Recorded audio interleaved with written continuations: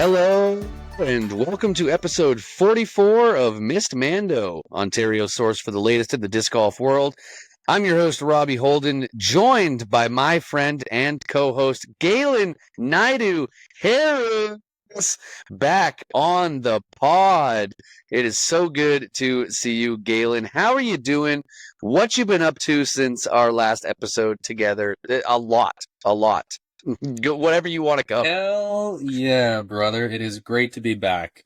First thing that is very important that I just realized is we had tags yesterday at Bronte, and I actually went and played, and I left with tag number 44. Very timely. I didn't realize this was going to be episode number 44, but a little bit of symmetry there, so that's good. The most important thing in my life is this sweet little baby that I'm holding up for anybody who's watching. I'm showing my screensaver off. She's happy. She's healthy. And so everything else in life flows out from that. Things are good in the disc golf world too. I'm not playing anywhere near as much as I used to, but I feel like maybe I'm playing a little bit better than before because I can't throw quite as far as I used to when I was like playing, twice a week and practicing when I could. My upshots might not quite be there, but I'm actually having to use my brain and do a little bit of thinking now. I feel like I'm thinking the game better. My last ratings update spiked up to an 887, which is the highest that it's ever been. Just got through the Wild Country Challenge out in Fenelon Falls. Always have such a blast playing that tournament. Played MA3, finished third out of 16, which I was pretty happy with. I was kind of sandbagging down in MA3, but like I said, I'm not really playing much these days. I'm playing 2-3 times a month. And there were like 3 guys that had a higher rating than me, so I'm not even gonna call it that much sandbagging because a quarter of the division was higher rated than I was. But yeah, finished on the podium, took down some sweet merch out money and came home with a few Doombirds that I'm either going to throw online to resell to any interested customers. So always nice to leave a tournament with some plastic. But most excitingly, longtime listeners may recall that back in March, I missed qualifying for the Ontario Provincial Championships by 1 stroke at the King's Forest Open. I had checked my phone. I knew what I had to do to get there. And I always get the number of the hole mixed up. I think it's 5 or 6, but it's a big par 5.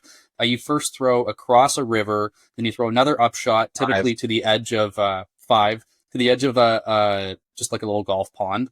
And you throw across that, and then ideally you make your putt, or if you're an animal, maybe you throw 1 shot across and then a second shot and then try to putt for 3.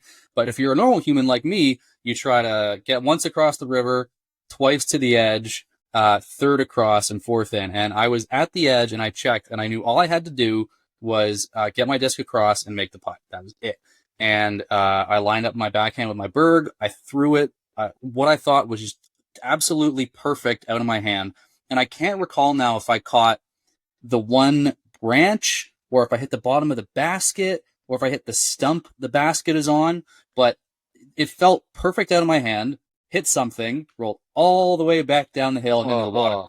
And so I canned my putt from the uphill 16 to 20 feet, but I missed qualifying for provincials by 1 stroke.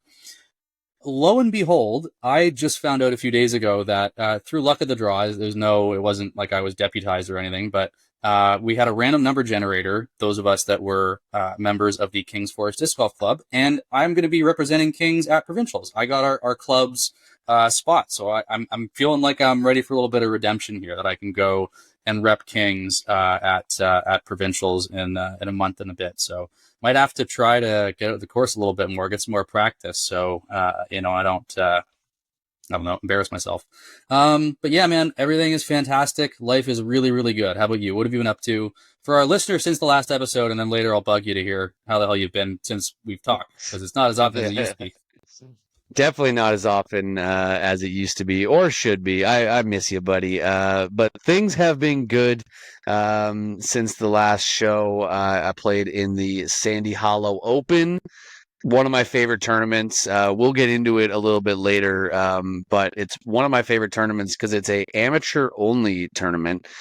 No pros, which there's some downside to. I do like watching the pros sometimes, but the benefit is that some of my old MA1 buddies that are now old men playing in MP40 get to drop back down into MA1 for a tournament. And I got to play with two of those lovely gentlemen in Dale Semple and Brady Belanger, two awesome dudes who I used to play with all the time, certified beauties who I used to play with all the time in MA1, but now play mostly MP40.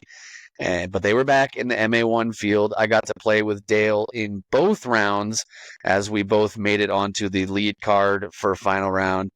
Brady, unfortunately, didn't have as great of a first round, but I'm pretty sure he ended up finishing above me on the leaderboard anyways, so all evens out in the wash. But we will get into that in a little bit when we get into our tournament recaps.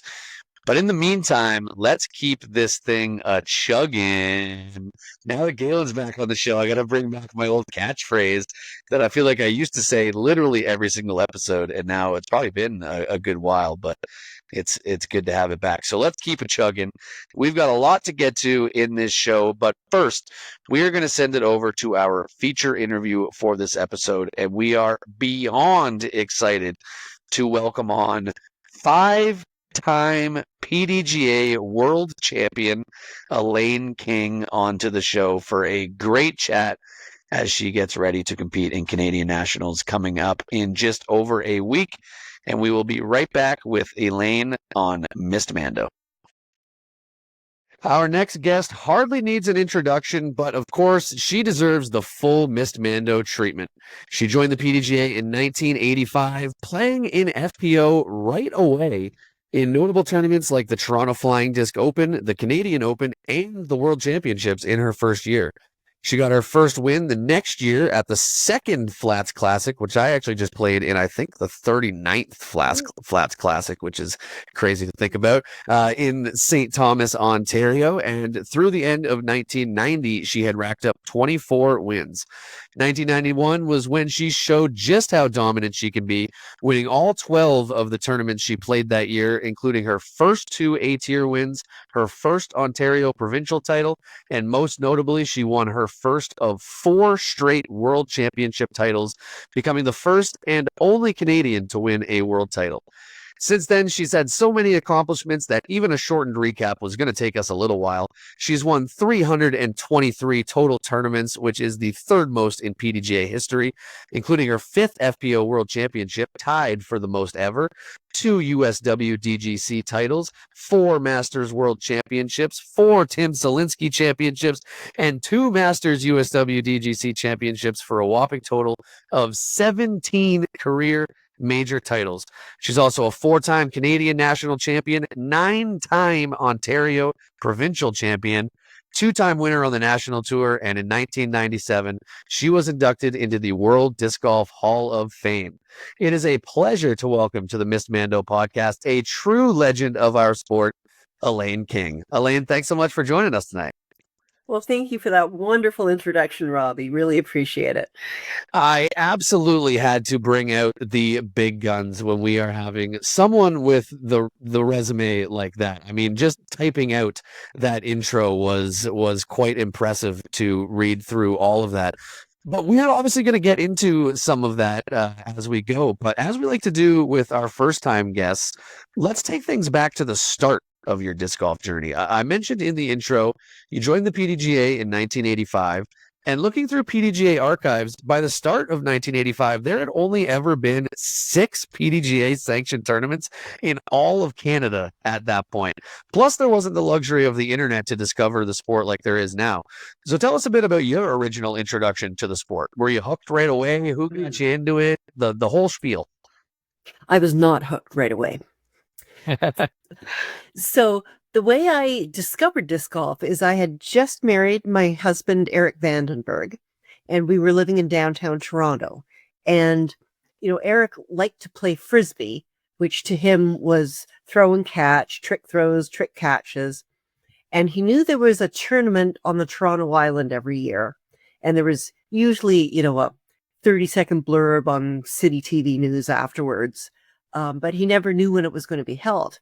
And that summer, we saw a poster advertising the Canadian Open. And so we went down to the foot of Bay Street, took the ferry across, and went to Center Island and kind of looked around expecting to find it. And we saw this one guy spinning a frisbee on his finger. And so we went up to him and like he was freestyling with himself. So we asked him like, what's going on with this competition? And he said, oh, they're all golfing. So I thought that was pretty strange. Like, why would they be golfing? I didn't know there was a golf course on the Toronto Islands. And of course it was disc golf. And so what we ended up seeing was the final 9 of the disc golf of that tournament.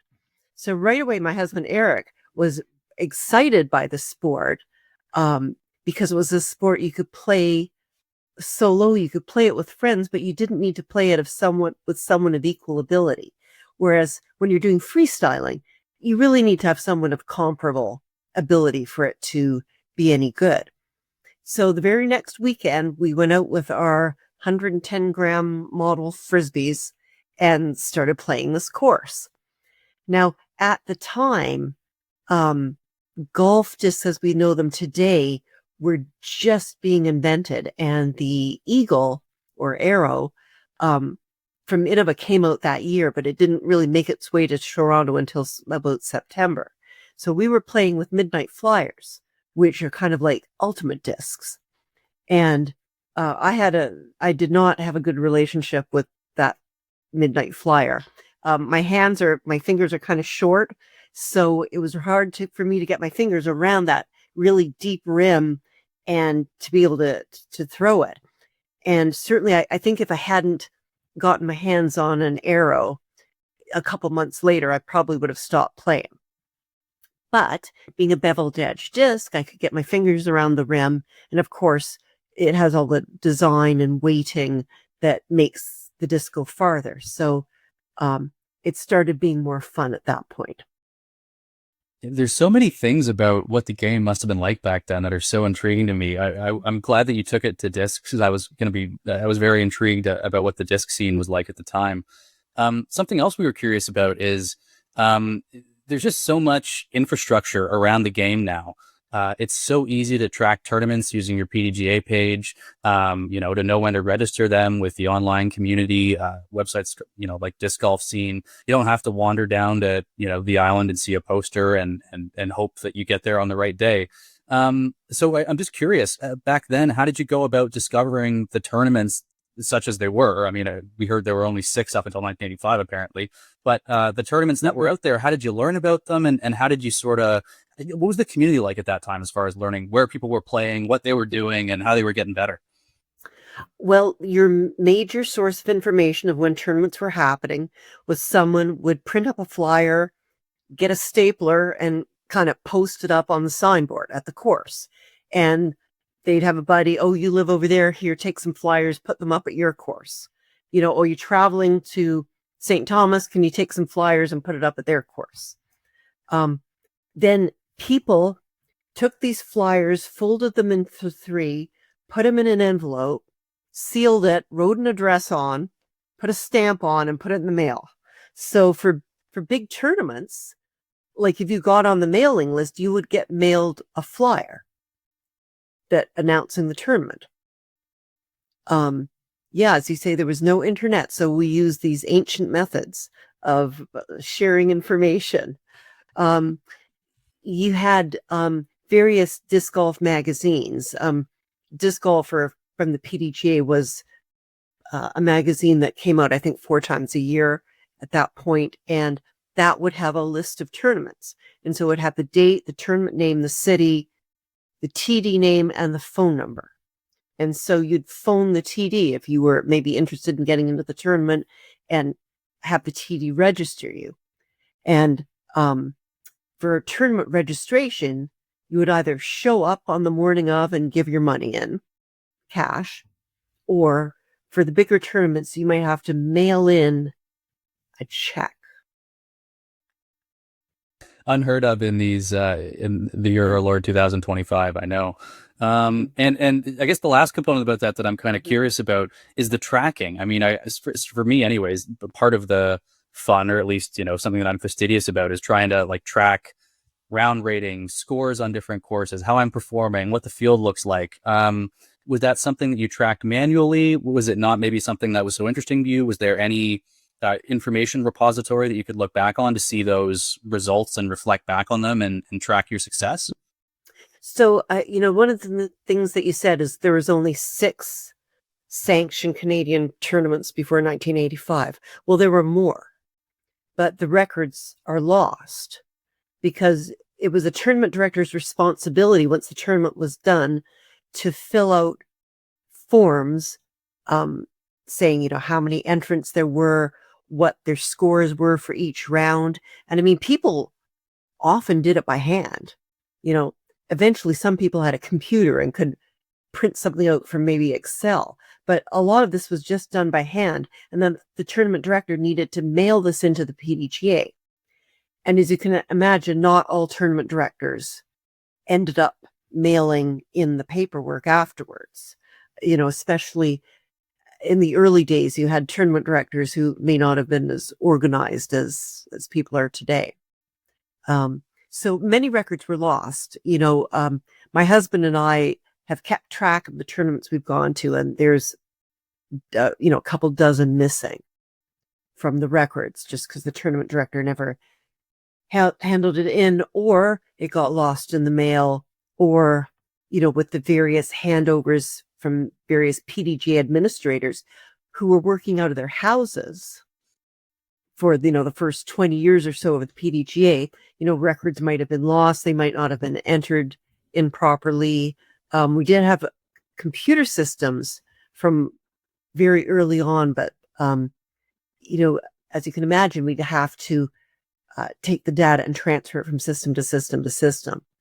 So, a lot of growth. The technology, as you mentioned, Gail, has made things so much easier. So, for example, you would have to add up your scorecard. And there's a lot of listeners who remember adding up a scorecard, a paper scorecard, because it was really COVID that pushed us to go all electronic.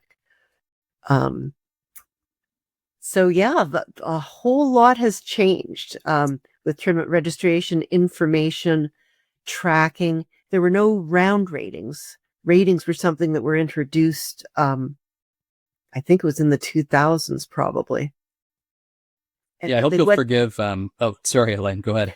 I was going to say they went and calculated back ratings for tournaments where they had sufficient number of results. But some tournaments, they only had the who the winners were. Which doesn't give you much to work off of. No, you can't do that.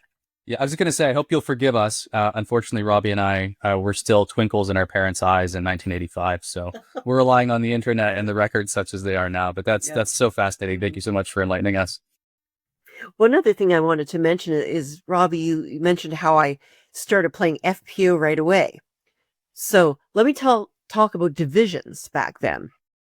So there was Open, which back then most people played Open. There was an amateur division, which was really quite small. And, once you won an amateur tournament, there was a lot of pressure for you to move up to the Open division. And, at really big tournaments, there were a few age protected divisions like over 35, because you were old then, and etc. And then there was this other division called Women. It's outright. No no pro, no age, just women. Yeah. Well, after hearing all of this, especially about lost records of tournament history, I have the sudden urge within me to go on like a national treasure style scavenger hunt and quote unquote steal the Declaration of Independence. I would try a Nicolas Cage impersonation, but I don't think I would do one very well. But steal the Declaration of Independence by way of digging up old tournament records that are just lost to the sands of time at this point. But one thing that we can see through PDGA records is that your first tournament that you played, at least from what I can see on PDGA, you can correct me if there actually was a tournament before, but was the 1985 Toronto Flying Disc Open. And then you went to Worlds in Tulsa, Oklahoma, right away in 1985. How was it going to such a big tournament, which had 32 women in the FPO field that year? How was it going to such a big tournament that early in your career? And you had mentioned that you weren't hooked right away. So were you hooked at this point, or did going to this tournament kind of give you a whole other appreciation for the sport as well? Oh, well, just like everyone's first world championship is this mind-blowing experience. It was the same with me. There were all these other women and, Tammy Pelicane, Rebecca, what was her name? Ramona Hale. Ramona Hale won. And I watched her throw, and she threw farther than I could ever have imagined a woman throwing. It just blew my mind. And so that was so inspirational. And, I saw that I had so much more to learn and to be able to put into place with this sport. So I was very inspired by watching Ramona and the other women. And, the camaraderie was fantastic. And the other thing about the World Championships is it was always a shotgun start. There was always 2 rounds a day. The courses were not nearly so long as they are nowadays. And so you finished your round in, I don't know, 2.5 hours. So you played one round that started at 9 o'clock. You played another round that maybe started 1:30, something like that. You were done and in the pool by 4 o'clock. And so, everyone tended to stay at the tournament hotel. And so there was like tremendous camaraderie after the rounds. And like at the hotel, people were throwing minis off the balcony into the pool, down the halls. It was like really fantastic. I will say I was at Worlds in 2023. It's obvious to anybody that knows me as a spectator, nowhere near the courses. But I can promise you those traditions are alive and well.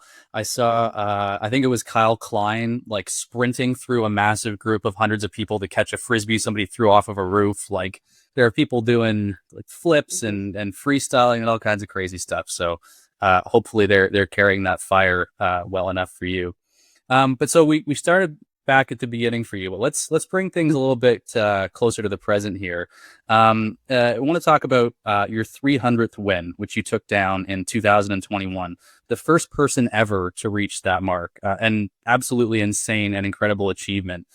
Was this something that you were keeping track of at the time? Like, were you working towards that and going, okay, I'm at 294, 295, and how did crossing that milestone feel? Did the PDGA reach out to you for recognition of that accomplishment?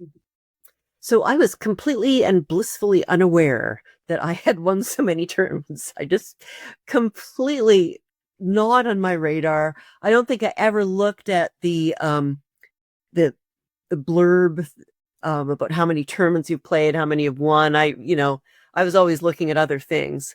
So I had no idea. And I think it was Matt Peckham from Innova who said to me, "Hey, Elaine, you're getting close to 300 tournaments." And I was looking, and I don't think anyone's won as many as you have. I looked at Schwebby, I looked at, Mose, I looked at, etc. So I gradually became aware that, okay, that's kind of weird, but I've won more tournaments than anyone else. But of course, Brian Schweberger was extremely aware of how many tournaments he had won and what our stats were, and he was charging. And of course, I mean, Brian is a real trooper. He plays every weekend that he can possibly play. Extremely talented golfer. And so he was just coming up by leaps and bounds. But unfortunately, he suffered some health issues kind of the fall before, and he missed some weekends, and sometimes he didn't win. So that allowed me to just, like, I think it was 2 weeks before he won his 300th, I won my 300th. So that I got a real kick out of the fact that I was able to hang on by my fingernails to get the 300th tournament before him. Now, of course, he's over 400, so he's just sprinted from that. But yeah, that was a fun time. According to the PDGA article, it was actually the very following weekend. It was 1 week between you hitting 300 wins and Schwebe hitting 300 wins. He actually won 2 tournaments that weekend to get his 300th and 301st to then leapfrog you for total amount of wins. Because, I mean, it sounds like he's got that competitive edge. He wasn't going to let you hold the title for too long, I guess. Oh, no. And I mean, if we wanted to get really pedantic, I could say that I had some wins that were lost record-wise from the PDGA. Exactly. But anyhow, that was a lot of fun that we got 300 almost together. And yeah, that was kind of a neat milestone to pass.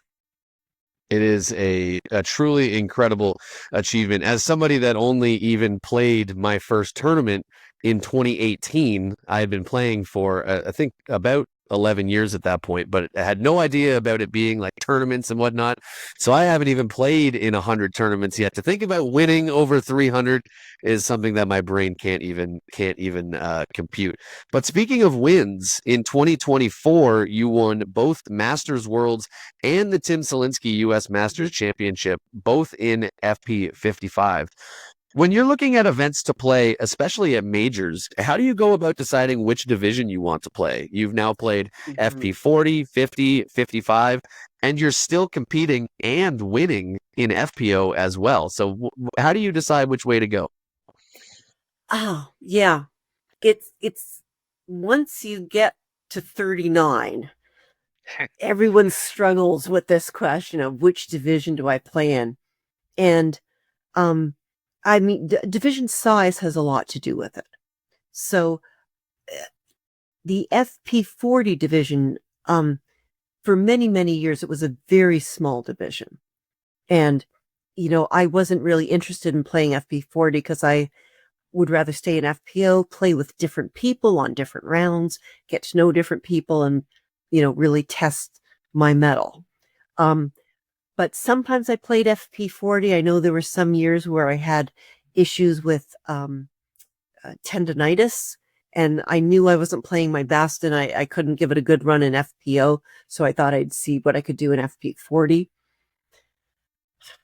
And now FP40 is an extremely competitive division. So when I look at the older divisions, I choose whichever division has the most people. Is the way I go. And you know how it is. Sometimes you choose the division that has most people, and then there's last minute shifts and you end up, not being in the biggest pool. But I like to meet as many people as I can, play with as many people as I can. It's always great to watch other people's style and their strategy and, make notes and learn from that. And, I've met such wonderful people playing the sport.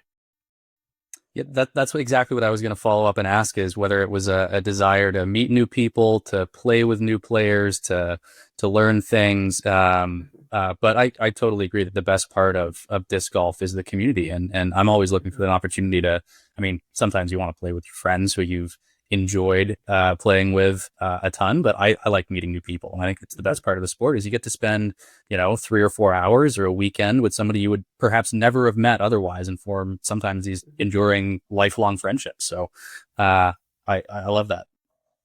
And I think disc golf is kind of an astounding sport in that people from wildly different walks of life come together, play rounds together, talk, you have these conversations with people who you might otherwise never have a conversation with. And, it really I get a kick out of watching kind of old white-haired guys talking with young tattooed, people. And you can imagine they might never ever talk to each other if it wasn't for disc golf kind of bringing them together. And I think that is part of the magic of disc golf. I couldn't agree with you more, and it's actually evident in Galen and I right here because we've only known each other for about 3 years at this point, maybe not even that long. It was Provincials in 2023, I think. But we met just it happened to be on a card together at a tournament. It was Ontario Provincials and hit it off during the round. And then a couple years later, we're hosting a podcast together and interviewing a 5-time world champion. It is crazy, the butterfly effect. I couldn't help but laugh because I was having the exact same conversation about differences in ages interacting with each other at tournaments. I was just having this conversation, I think, last weekend at the tournament that I was at, because when we were sitting around hanging out, eating together, it was ranging from, people that are in their 40s to teenagers that were all hanging out and having a good time together. Disc golf is the ultimate I was going to say bringer of people together, but that is some terrible grammar, but I think we all know what I'm Melting. Yes, exactly. That is a perfect way to put it. And I just wanted to follow up. You were talking about how the FP40 division has become extremely competitive, and we saw this year that Owen Scoggins won worlds in not only FP40 but also FPO, becoming the first person to ever do that. As someone who also now competes in Masters divisions and in FPO still, were you watching along with that? And what were you thinking when she took it down? Oh, I was just absolutely thrilled for Own. She works so hard at the sport. She's so talented, and she is like truly a wonderful spirit. She brings joy to everyone who plays with her. It's just fantastic to be on her card. And so you can't imagine a more deserving winner. And, I was just talking with her last weekend, and she was telling me how surprised she was that she won. And, we were talking about the fact that she wasn't trying too hard. Like she said to me, she was trying to be assertive. She was making her putts. She was having fantastic putting, but she was also laying up sometimes. She was strategically doing that risk reward calculation.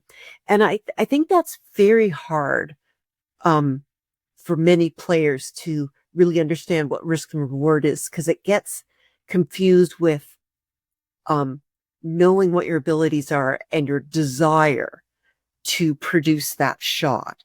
And just because you really, really, really want to produce that shot doesn't mean you're actually confident that you're going to, and that's the right decision. So we had a good conversation about just observation about how other people handled the courses, the decisions they made, and, ultimately Own's decisions along with her stellar play earned her that title. Yeah, I love that. It's funny. I'm actually playing a lot less right now than I did in years previous. And as a result, my skills have diminished considerably. I'm not throwing as far as I used to be able to. Putts about the same, but a little bit worse. Up shots don't feel as finely tuned. But I'm actually posting much better rounds than I was before. My rating is higher than it's ever been. Not that it's very high, but higher than it's ever been. And I think it's because I've been forced to be more thoughtful about disc golf. Like if I just try to throw the big shot that I might have hit previously, 33% of the time, a third of the time, half the time, and would miss 2/3 half of the time. Now I would be hitting it far fewer times, so I'm just playing it smart instead, and it's actually working out better. And it's forcing me to do a lot more thinking about the game. Anyway, that's enough me going down that tangent. We're, whether you're talking about Owen Scoggins, Paige Pierce, Kristen Lett, the life for the best female disc golfers in the world today must be very different than it was when you were at the height of your FPO career. Being a touring pro just wasn't a thing the way that it is now, certainly anyway. So now that it is, if you can sort of, not that there's one better or worse answer, but you could sort of compare the life that the top female players in the world are living now versus the experience you had back then. How would you compare and contrast that? Would you want to sort of take a sniff and play a little bit at your best in the environment that exists today? Oh, well, it would have been I don't know what I would have done, frankly, because I mean, I've always had a career that I've also gotten a whole lot out of. So I was always working and still am. And so I was just a weekend warrior. I would take all my vacation time and spend it going to disc golf tournaments. I mean, my husband and I don't think we almost never took a vacation doing something other than playing disc golf. And, you know, we both loved it, and that was really rewarding. I don't know. I think I would have had a really hard time being on the road 100% of the time. I'm not sure I could do that. Just because I have other things in my life that I want to accomplish. As I said, I've had a really rewarding career that I've had a lot of fun with, and I wouldn't be able to do that and be a pro disc golf player either. So it's not like I'm having all kinds of regrets that I'm not living the life that the touring pros are now. I honestly think I had, I mean, such a wonderful experience with disc golf. It's given me so much. I feel like seeing the formative years, seeing it grow, and, you know, something that I think is starting to get a little bit lost at a national level, certainly, is just the closeness you felt to anyone who played the sport. So, you know, you look back even 10 years ago, there's so few people around the world that played disc golf that if someone else played disc golf, you had this bond with them. And, you know, you could, like, you just felt connected to them and they felt connected to you. And I think because of the numbers of people that are playing now, that's no longer true in the same way that it used to be.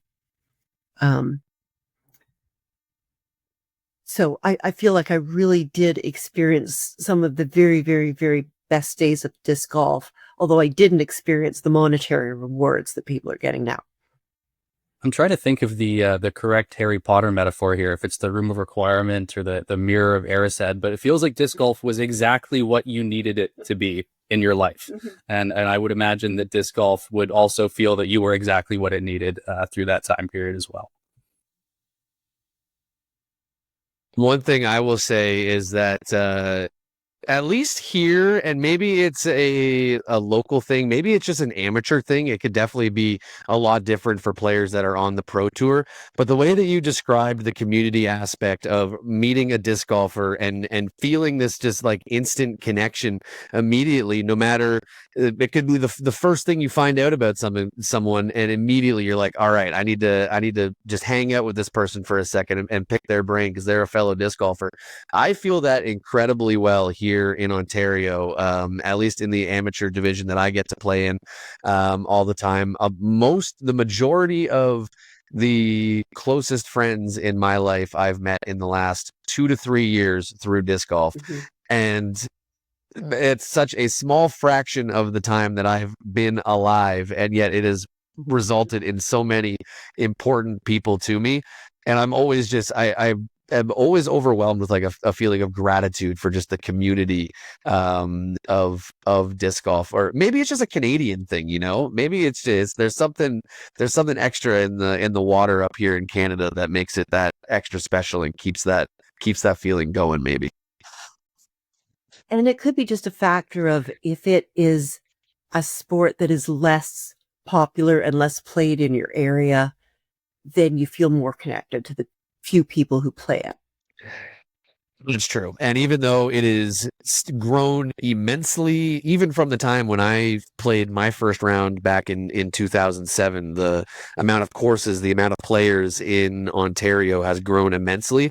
In the scale of, you know, places in the States or places in Europe, it is still very small, very niche, and still very much growing. And I love to be a part of it. I can't say it enough. But moving on, Elaine, to another question for you. In 2023, the DGPT renamed their Player of the Year awards to the Ken Climo Player of the Year for the MPO division and the Elaine King Player of the Year in the FPO division. What was your reaction when you found out the Pro Tour would be changing the name of the Player of the Year award, one of the biggest awards that they give out every year, to honor your legacy to the sport? I was really, really surprised. I mean, I had no inkling of this before it happened. And I so honored. And I mean, kind of, it felt weird. I felt kind of unworthy. And I'm not just being modest there, but I mean, Climo had a whole decade where almost nobody could win anything. Climo won everything. So, I mean, he's been such especially during my tenure of disc golf, I mean, Climo was the one name everyone knew. And so, you know, female disc golf has not been dominated by any one player the way Climo dominated the men's field. So I did feel, I'm very, very much honored that that award had been given my name. And staying on the award for a second, in the 2 years since the name change, we've seen Kristen Lett and Missy Gannon as the two winners. Curious whether you see any similarities in their games, sort of now at the periods they are in their career, and when you were the world's number one, or any differences. I mean, it's got to be such a different environment. So just curious, any reflections that you have. Well, they both throw way farther than I ever could. And, you know, I certainly didn't have a sidearm the way Kristen has a sidearm that's just as good as her backhand. So, you know, it just shows how the female athletes in the game have been, you know, improving in their overall abilities. You know, although I'm athletic, I wouldn't call myself a natural elite athlete. I'm someone who just worked hard at it. And I think, you know, you look at Kristen, you look at Missy, you look at, you know, all of the other top women. Now we're getting women who are natural elite athletes. And if they picked another sport, they would be an elite athlete in that sport. And I'm not sure I'm in that league. You know, I've never been one of the farthest throwers. Even when I was at the height of winning my world titles, you know, there was a lot of women who could throw farther than I could. So I had most of my success because I could throw accurately and I could putt well. Well, all I'll say as a hockey fan here is you could take 2025 Connor McDavid and drop him in, you know, 1983, and he might skate circles around Wayne Gretzky, but Wayne Gretzky is still the greatest of all time. And I think that metaphor still absolutely applies to the person the MVP award is named after, Elaine. So make sure you're giving yourself some credit here as well. Oh, well, but I mean, I can't help but be overwhelmed by the talent of the women's field. And the women are throwing like almost 100 feet more than I could ever throw. So it's amazing to see. It's resulted in some incredibly entertaining disc golf as well. We, among myself, Galen, and Sean, our other co-host, we have a group chat between the three of us, and we're constantly getting excited about the FPO tournaments and the results that we're getting, different winners, and just epic battles down the stretch. I mean, the battle at Worlds between Owen and Ida, with Henna in the mix too, Ella going crazy from the chase guard. It was so incredibly entertaining to watch. I think personally I might watch even more FPO disc golf than I watch MPO disc golf these days, which is something that is I wouldn't, when I first got into starting to watch professional in 2018, I probably wouldn't have said that, and now it is probably easily the case, which is it's so incredible to see the growth in such a short amount of time. And I think a lot of men, I've been hearing a lot of men say the same thing, that they enjoy watching the women's golf. And, the top MPO players, like their throwing ability is just so beyond what, the average guy can do. But when they watch the women throw, I think you can kind of relate and say, okay, maybe it's a little more than the distance I can throw. Maybe it's a little less, but it's in the same ballpark. And so then you're watching the strategy, how the women attack the course.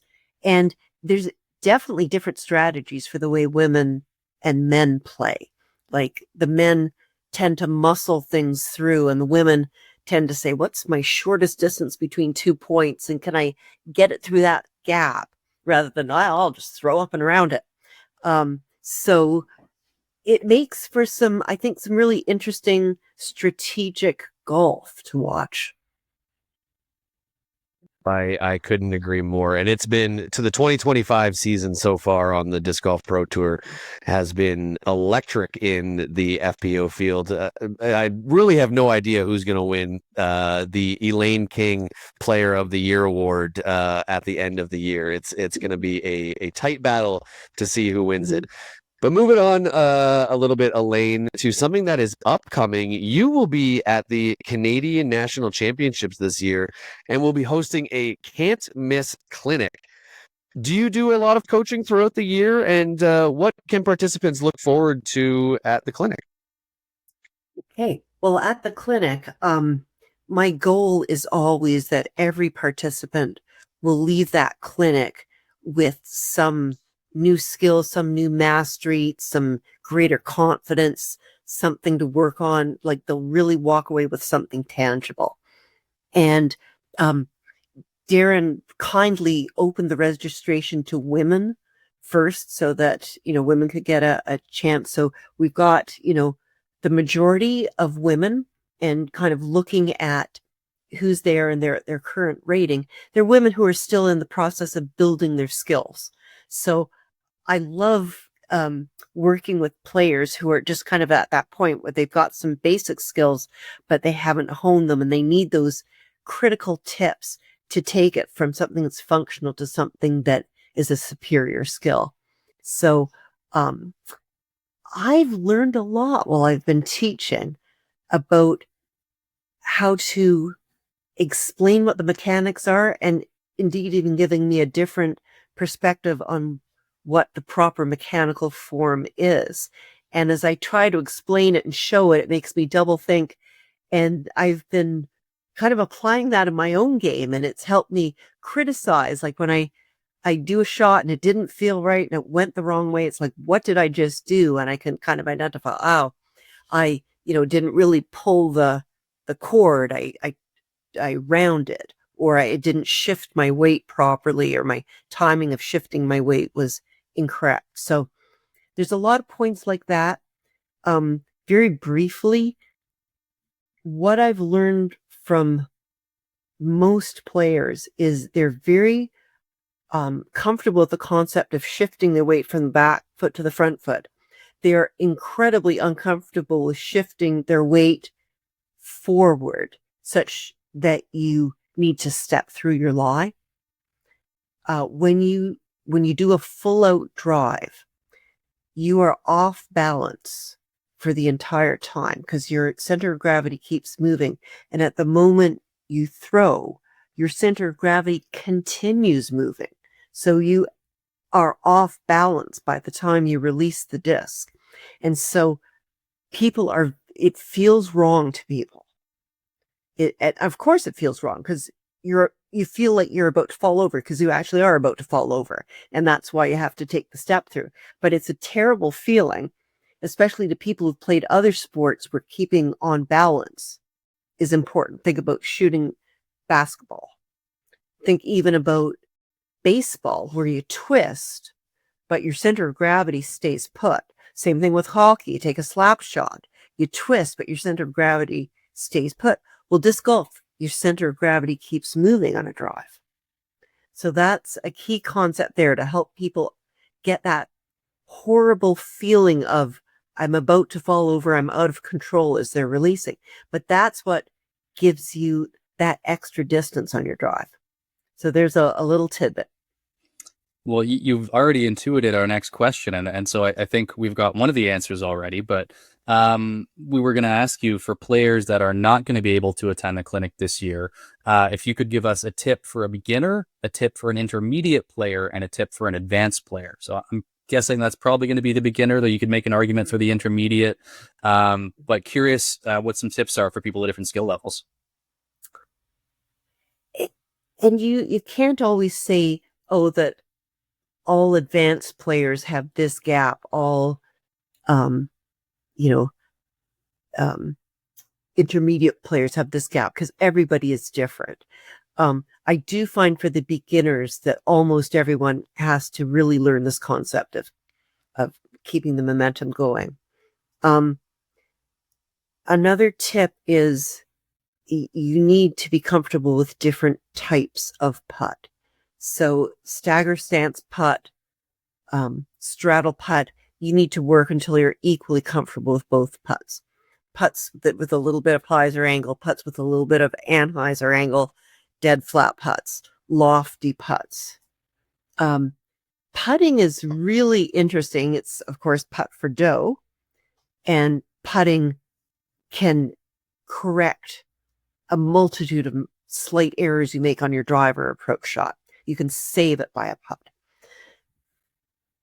But putting is, it's so mental. And I don't know, you guys have probably had the feeling when you're lining up a putt and you have zero confidence that you're even going to hit metal. It feels all wrong. You know it's not going to go in. Eventually you just throw it because your time's up. Yeah, that's every time I putt. Yeah. Well, if you know different styles of putt, if you know the mechanics that go with the styles, your stagger stance putt, you gotta push on that back foot, even when you're fairly close. You always transfer your weight, and the farther back you get, the more assertive that push comes from your back foot. When you're doing straddle putt, you need to bend your knees. Your power comes from bending your knees. If you don't bend your knees, you're going to be like, your arm's going to jerk and you're not going to know where the disc is going to go. The longer the putt, the deeper you have to bend your knees for a straddle putt. So there's just a few things there that maybe some of the intermediate and advanced players can think about. Well, why did the putt go in there and it's not going in this time? Is somebody who has the nickname of Roller Coaster Robbie when he's on the disc golf course, I am taking all of these to heart, especially with putting, because that is always my downfall. I'm not the furthest thrower, but I feel like I'm pretty accurate. And you miss out a drive by 5% and are left with a circle's edge putt. Not the end of the world, but sometimes for me it is the end of the world. So I think I need some more Elaine King putting tips in my life, which we will be. Well, Sean and I will be at the clinic as we will be presenting it for everybody that is there, which we are very excited to do as well. So very excited to hear all of the amazing tips that you will be giving out.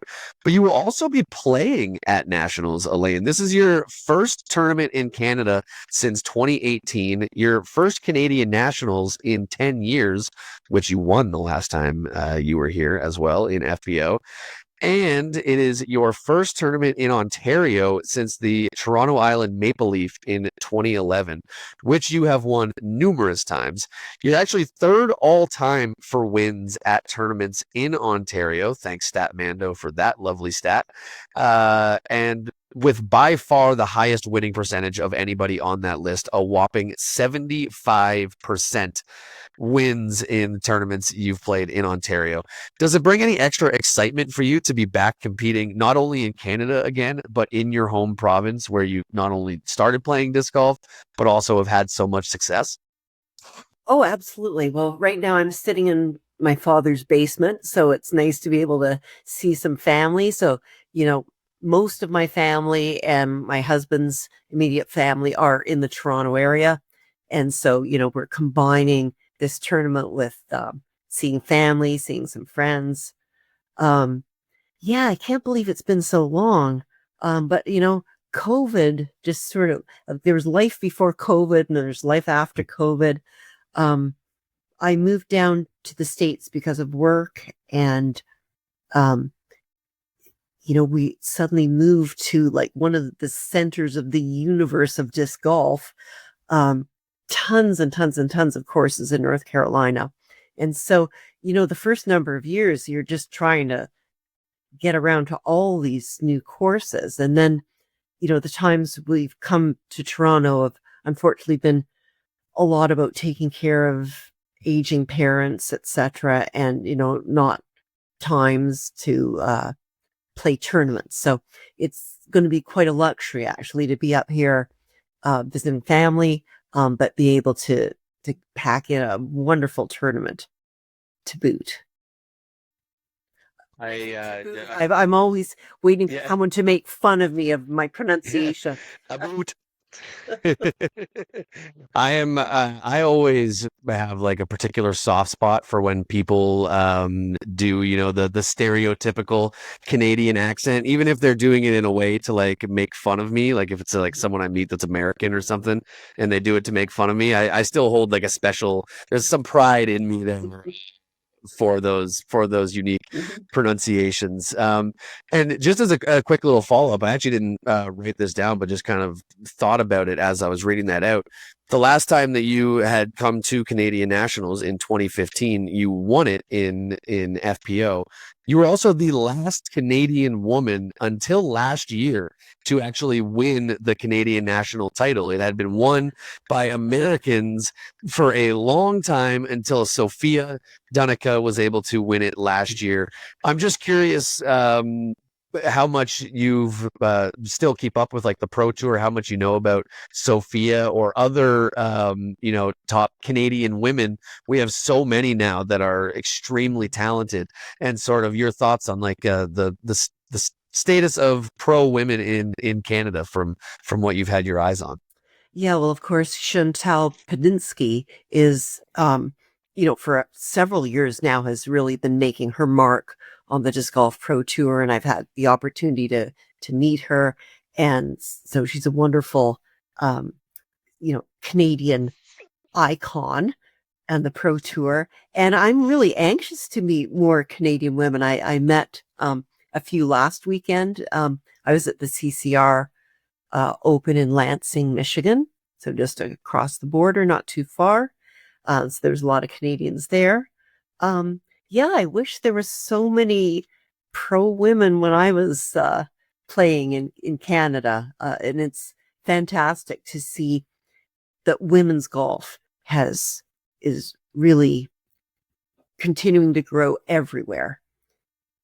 Yeah, I've been watching, all the women in Canada with, very good player ratings now. So it's going to be quite the battle.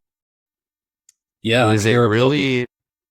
Oh, sorry again. I was just going to say it's a really talented FPO field for Canadian Nationals. It's going to be an absolute blast to watch. Some of which did really well down at CCR as well. So lots of names to look out for there. But Galen, back to you. I know you. Yeah, no worries at all, Robbie. But yeah, no, I was going to say, I'm sure you're going to see a lot of those players at Nationals this year. It's going to be very exciting for them. I'm sure having you there too. You're going to be playing FP40, which is going to be playing at Cedar Creek, Newcastle, and then at Oat Goat. And have you had a chance to play any of those courses yet? Are you familiar at all with them? Yes. Well, last year I played Oat Goat and Newcastle. And then today, actually, my husband and I went and played Oat Goat and Cedar Creek. And so now I gotta say Newcastle is my favorite. There's just been so much love put into that course. It's the best. So unique. I aced my first throw ever on that course like a year and a half ago, so it's got a very special place in my heart too, because it doesn't happen to me very often. Well, I mean, it's so pretty, so well maintained. It's amazing that it's on the ball golf course, but there's no conflicts except for one tee. right? And then You send a mini down the Plinko board? did I send a mini down the Plinko board? No, I have not seen the Plinko board. Oh my goodness. Unless that is so new that it wasn't there at the time, it feels like it's been around there forever. That whole 4 has a big Plinko board that you can climb up to the top and send a mini down, and it goes down like a Plinko board, essentially. It is a very unique feature of the Newcastle course for sure. Well, I'm gonna have to watch out for that. I'll be playing a practice round next week at Newcastle. Loved Cedar Creek. Such a fun course. I love courses that have some tight, very short holes. And there's several holes of just over 200 feet, as well as a lot of holes over 600 feet. So a wide variety, but, it's one thing to throw the bombs accurately, and it's quite another thing to take your putter or mid-range and try to put it through a small gap in the trees with all that pressure of, how can I not deuce it? It's 218 feet. So I do like that about Cedar Creek. And then Haute Goat, I feel like it was similar to my first experience with that course. It's like, what tee am I on? Which basket am I throwing for? Is it that basket? Is it the other basket? Wait, there's a lot of tees and baskets. And so, I think I played it correctly. Let's just put it that way. I could be surprised. Well, we'll definitely have tons of signage and markings around for nationals, I'm sure. I know Daryl has been out working very hard at that course, as well as all of the course owners have been working hard at the courses. I actually just played Cedar Creek for the first time myself on Sunday and was blown away. It's luckily one of the courses that I do get to play for my rounds, and I'm very excited for it. It's unfortunate that you don't get to play P15, Elaine, for one of your rounds. If you do get a chance to make it out there, I highly recommend it. Last year, I ran a Ontario course vote. It was all publicly voted on. It was through a Google sheet that was sent out on Facebook. It had over 400 votes on it, and it voted Project 15 as the #1 course in Ontario. It also had Newcastle and Haute Goat in the top 10, and Cedar Creek, it didn't score as well because it was so new, but it was widely heralded as the most underrated course in Ontario. So it is quite the setup of courses that they have for nationals, and the ones that you've played and the ones that you haven't, but hopefully get to P15. You're in for a really good time out here. Well, my husband plays P15, so I'm sure I'm going to get up there and play it with him at some point. I really hope you can, because it's personally my favorite course in the province as well. I've only ever played 2 courses outside of Ontario. Not well traveled in disc golf. Certainly not as well traveled as you are, Elaine. Moving on to a totally different topic now. You are on MVP's premier team, which is the highest team that they have. How did that partnership with MVP originally come about, and how have you enjoyed your time with MVP as your main sponsor? Yeah, so after I decided to split ways with Discraft, I started picking up various discs that I'd seen people throw or were recommended to me, and I'd throw them for a while, and I'd do a little review on Facebook. And so one of those discs was the Wave. And so one of the MVP groupies saw that I did a post on the Wave and brought it to the attention of Steve Holloway, who was the team manager. So Steve contacted me and said, "Oh, so you're enjoying the Wave, huh? Let's talk." So had a chat with him, and he sent me a box of discs. And so I tried them, and I told him which ones I liked, and he sent some more discs, and we kept talking. And, eventually I, came to, I guess, understand a bit more about MVP. I'd been aware of MVP, but I hadn't really thrown any of their discs before just that one wave, and now I was throwing more of them.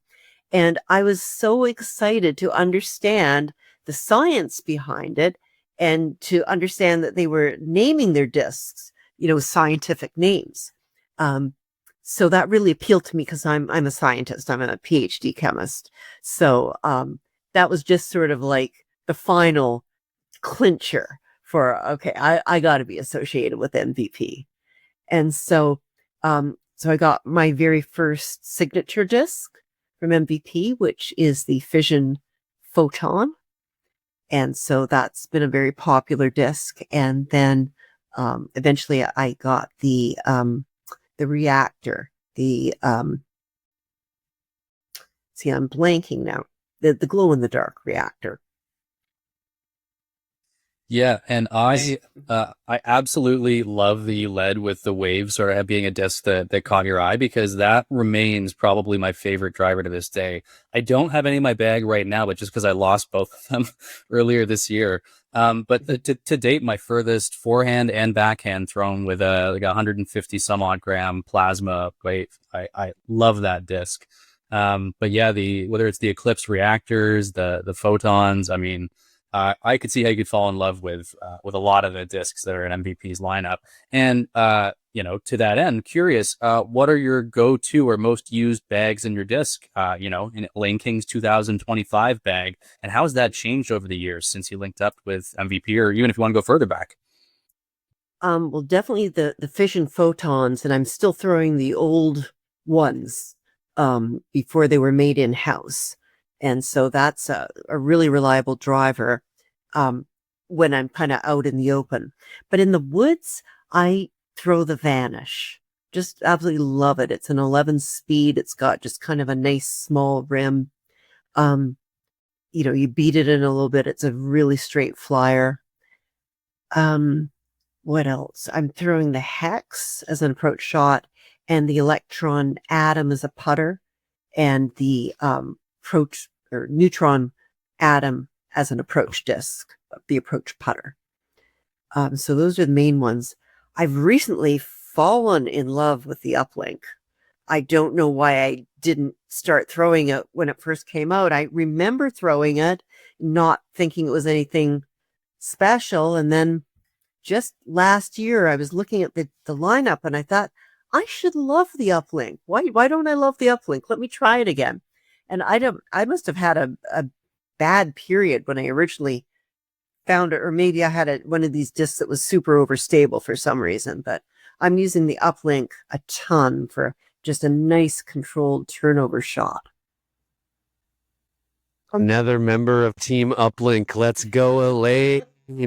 I bag an Uplink too, and absolutely love it for any sort of turnover shot, or even just like a perfect. If I've let it out on a lot of highs, or just flip it up to straight, and it'll just go as straight as an arrow for forever. It is a wonderful disc. I don't know if you saw, but I got visibly excited on the camera when you mentioned the Uplink there.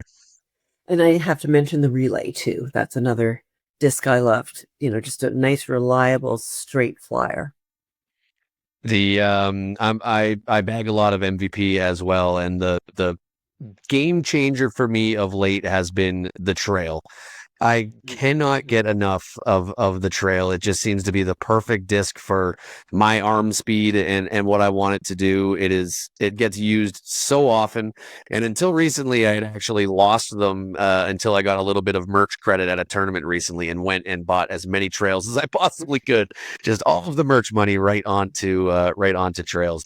Elaine, we have had you for a while here. Thank you so much for all your time. I've got one more main question before we end with a little bit of a lightning round that we like to do.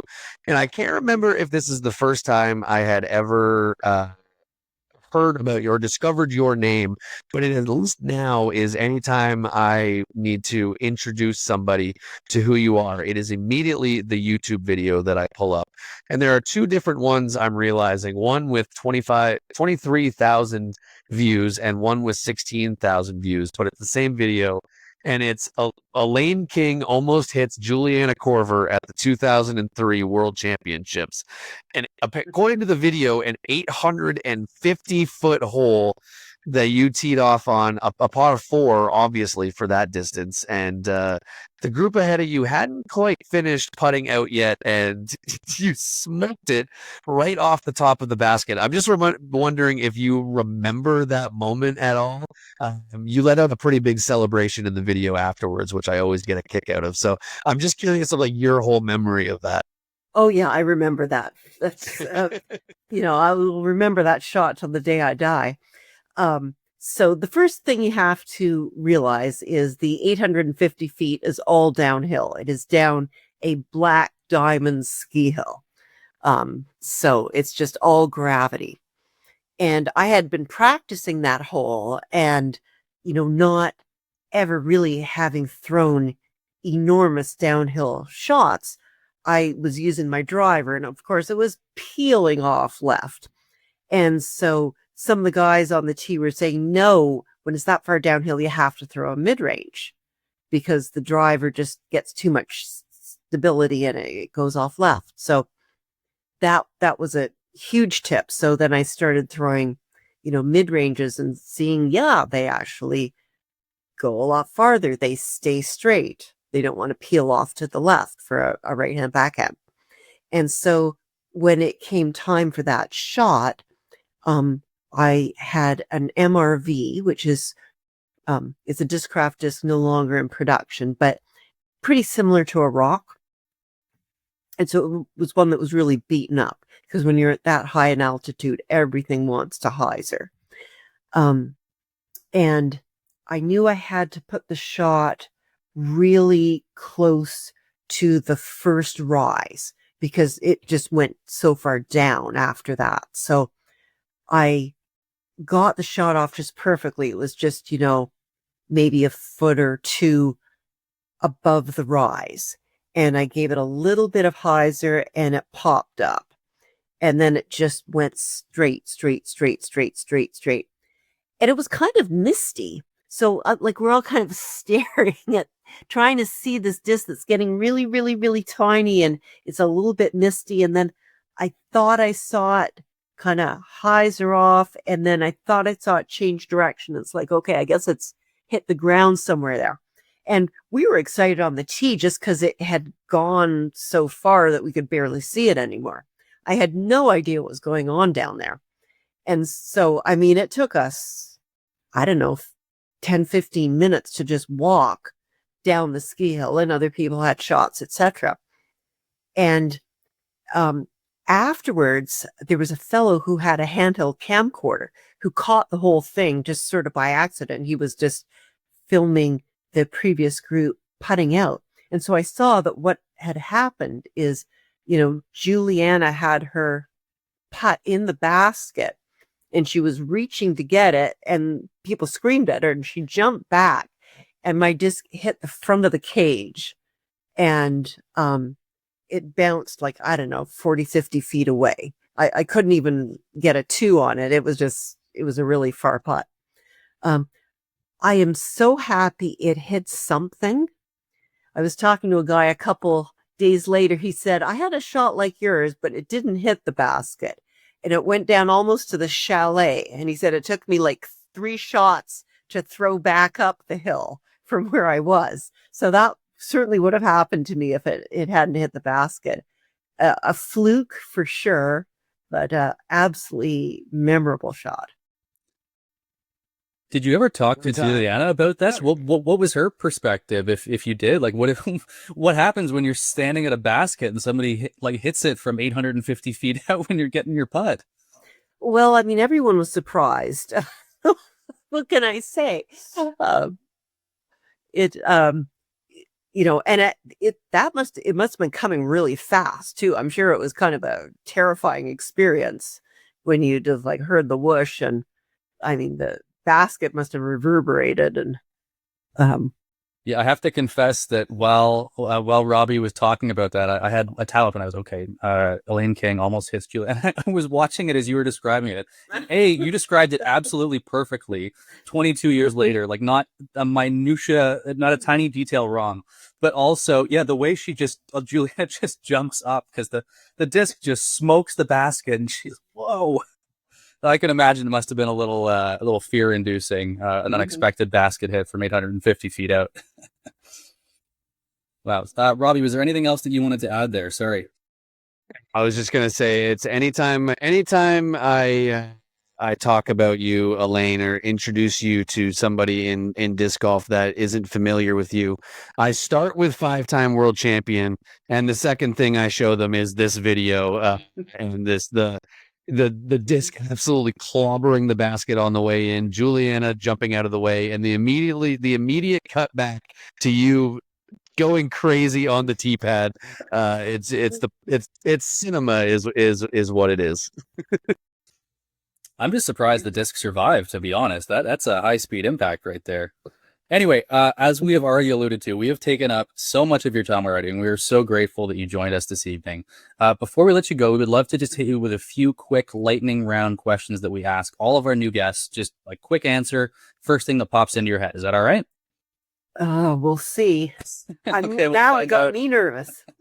Okay, well, the feeling is very much mutual being on a podcast to do for an hour, so glad we can put you back in the hot seat a little bit. Okay, first lightning round question is, what is your favorite course? Oh, I hate that question. Duh. I will say Moraine State Park, Pittsburgh. Lovely. I don't think we've had that answer yet from any of our Pro Tour guests so far. So love to see some diversity. Going in a little bit of a different vein here. What's the hardest course you've ever played?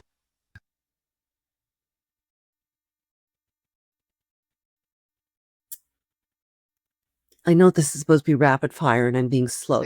It's the way lightning round always goes on this podcast, to be honest. But there's courses that are hard because they're stupid. That's a good point. And there's courses that are the right kind of hard. I mean, I think certainly Maple Hill in its, Pro Tour configuration, it just terrifies you every single shot. They're all very fair shots, but you can't relax on any shot. There's no shot that it's like, okay, I'll just boom it out there. You're always thinking and worried about something. Great answer. One sport to play or watch other than disc golf. What are you choosing? Figure skating. Oh, heck yeah. I like that. Mm-hmm. What song makes you instantly turn the volume up to max and sing your heart out? I do like Walking on Sunshine. I know it's an oldies. Yes, that's that. I mean, just the mention of the title and that it's going to be stuck in my head like an earworm for the rest of the night. Now it's so catchy. I guarantee I'm going to catch Robbie singing it at some point as we record the rest of this later on tonight.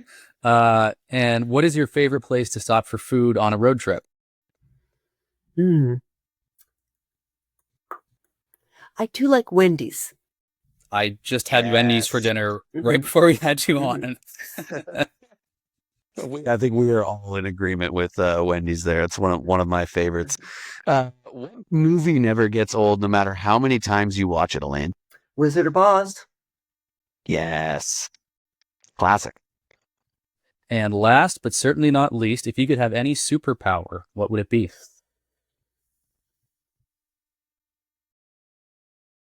Oh, it's cliche, but I'd love to fly. I think it is by far the most chosen superpower that we've gotten in responses, but it's hard to argue with. I mean, it would be so cool.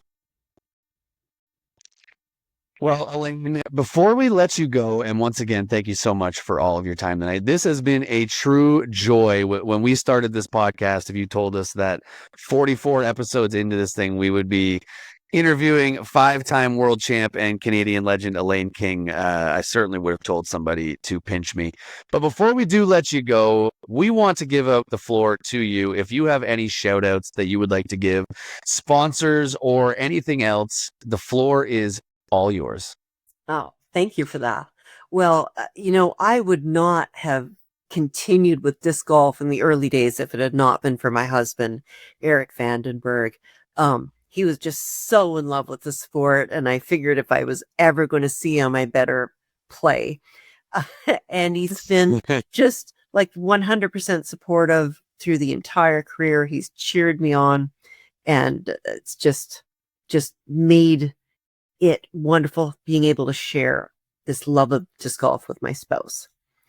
Got a shout out with MVP. I've got my 2 signature discs, which I love. Fantastic roster of other discs.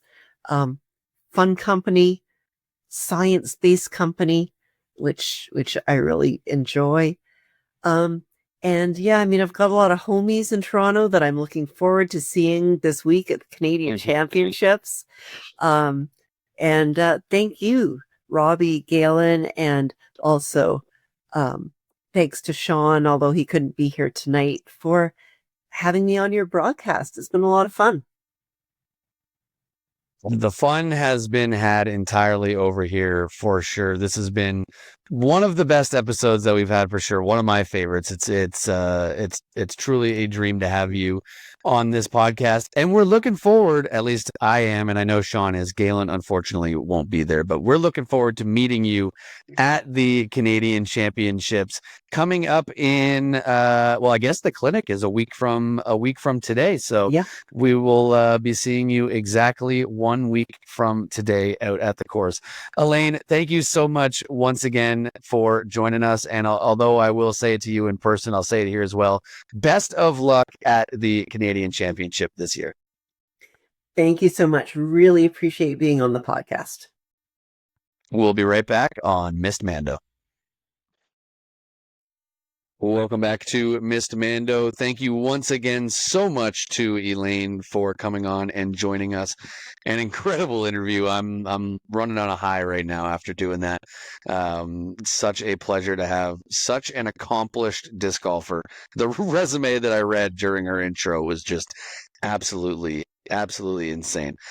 We're going to move on now to a little bit of Ontario news, and there's no general news to cover this episode, but we will throw it on over to Galen this time, not Shawnee G, for some registration talk. Yeah, the only news is that I'm back and somehow Sean is gone and now he's the deadbeat co-host. How does it feel, buddy? Sean Galbraith, Miss Mando correspondent. Just wanted to jump in here and say, feels pretty good. Yeah. Sucks to suck, Sean. But we do have some registrations to cover. We've got, first off, the Breakdown Tournament in Wabamek, Ontario, up near Parry Sound. That's going to be running probably about a week and a bit after you're hearing this, on September 13th. There is also the La Fortune Timber Tandem, a rare event, a doubles event at La Fortune, coming up on September 20th. I cannot recommend that course enough if you somehow have not played it. And you can't always get out there for an event. It's like very rare, so I would say take advantage of this while you can. There is also on September 20th going to be the Sudbury Doubles Championships, with round 1 running at Old Faithful, the Lions Club of Sudbury. Round 2, somewhere that I haven't played yet, but I've been hearing about and I'm very excited to play at, Twin Stacks, the new course up in Sudbury. So you get to play both of those. So that's super exciting too. Can't wait to check it out, man. Can't wait. There are also the Leaf Drop Doubles at Abbey Gardens and Dreammaker Unplugged the following weekend, September 27th. Again, if you haven't played Abbey Gardens, I don't know what you're doing. Make sure you get out there and play. A lot of doubles events these next couple of weeks, but man, I have more fun playing doubles a lot of the time anyway. So if I didn't have a little mini me to carry around, me would be doing some of this disc golfing, but I do, so I won't be. So go and live. Let me live vicariously through you. I think I would get in trouble if I brought a baby as my doubles partner. I think probably that would be frowned upon. I don't know. You should have specified on how far into the future. This is true. Yeah. This year, probably not. A few years from now, maybe. But a few weeks from now is the Leaf Drop Doubles up at Abbey Gardens. Like I was saying, get out there if you haven't had the chance. Fantastic course, one of my favorites. Then there is the Dreammaker Unplugged Friday Night Glowies, unsanctioned, festival style, old school, unplugged paper and pencil scorecards. I have heard this tournament is just an absolute blast. I've meant to get out there a few times. I haven't had the chance yet, but I would highly recommend that you guys get out there if you can on September 27th. And last but certainly not least, we have Wards Wide Open coming up on October 4th. This is going to be a PDGA C tier through Queer Disc Golf that is going to run on October 4th on Toronto Island. And I, again, love that course. I play it very poorly, so if you hear me say that you love it and then you see me play there, you might go, that doesn't really make any sense, Gail, and you hit every tree and you shot plus 17. But I have so much fun playing there. It's such a cool course. So that's some of what we got going on for registration, Robbie. Now on over to you, my friend, for some tournament recaps. Yes, sir. That was maybe the quickest that we've ever gone through registrations before. I think Shawnee G needs to take some notes. I wonder how many of these insults he's going to edit out of the episode, seeing as he has final editing control. But that's no, we've unlimited power. Thank you for being on the same page as me there with that. Yes, Palpatine style. All right, we are going to move on to some tournament recaps, and we start our recaps with a rare amateur-only event in Ontario. I was mentioned it earlier. It's a popular event nonetheless, though, as 193 players across 15 divisions made their way to Barrie, Ontario, for the Sandy Hollow Open, which was also the next stop on the Ontario Tour, giving provincial qualifications to top 3 finishers. In FA1, Anna Olin had a 2-stroke lead after round 1, but had Alexis Zool, Taylor Quigley, Lauren Williams, and Rachel Raposo all tied for second and in the hunt in round 2.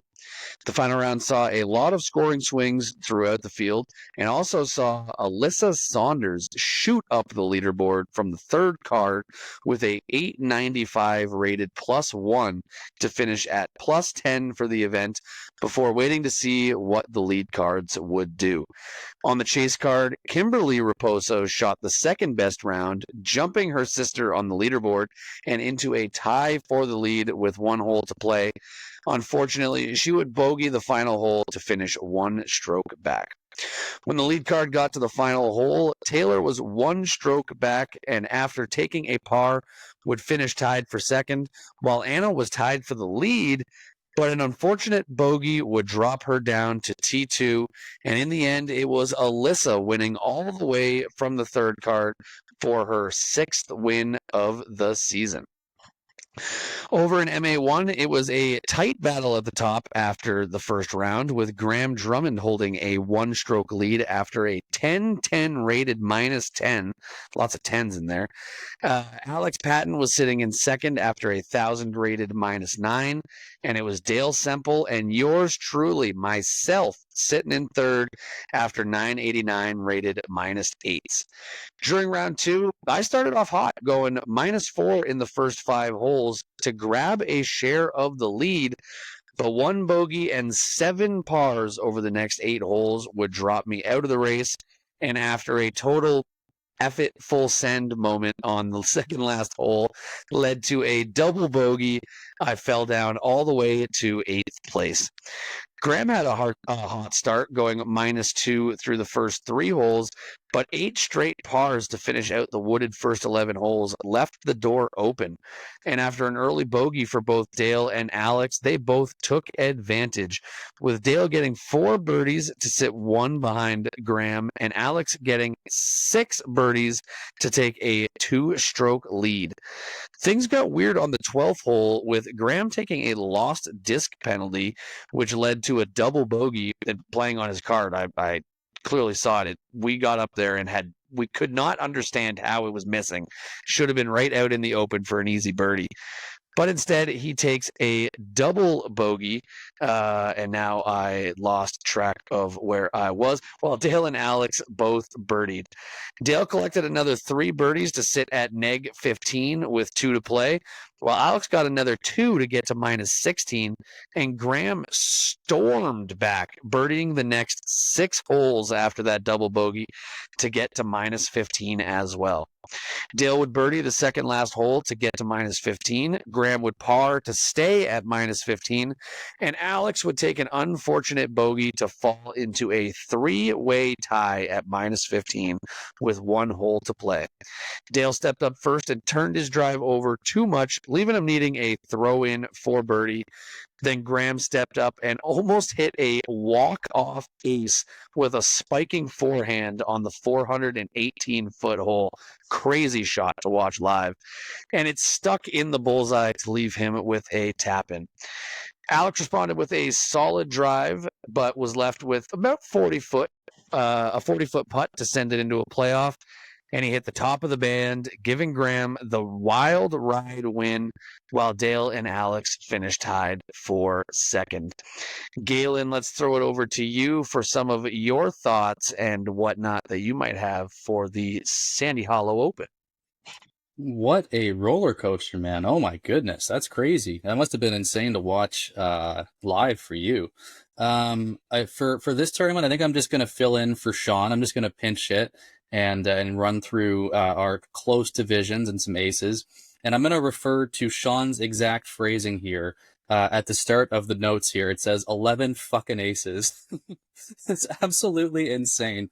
11 aces in 2 days. Bonkers. I think I heard that it was 7 or 8 on the first day, which has got to be a record for a single tournament. Crazy. I can't imagine any way that there would have been more aces on any one tournament day, let alone one round. It's just nuts. So we'll hit some shoutouts rapid fire here. Taylor Quigley in FA1 hit hole 15 white. Jason Walsh, MA40, hit hole 20 from whites. Jennifer Hill from FA50, hole 11 reds. Paul Fenney, shout out good friend of mine, Paul, MA2, hit hole 15 reds. Alexander Crouch, MA3, hit hole 4 red. Brandon McBain, MA3, hit hole 20 red. Tim Lee, MA3, hit hole 3 red. Richard Heimerl, MA3, hit hole 3 red. Marcel Parent or Perron, depending on if I'm pronouncing it correctly, MA3 also hit hole 20 red. Geez, the MA3s were just crushing it with the aces. And last but certainly not least, in MA3, Kyle Denyer, MA3, hole 14 red.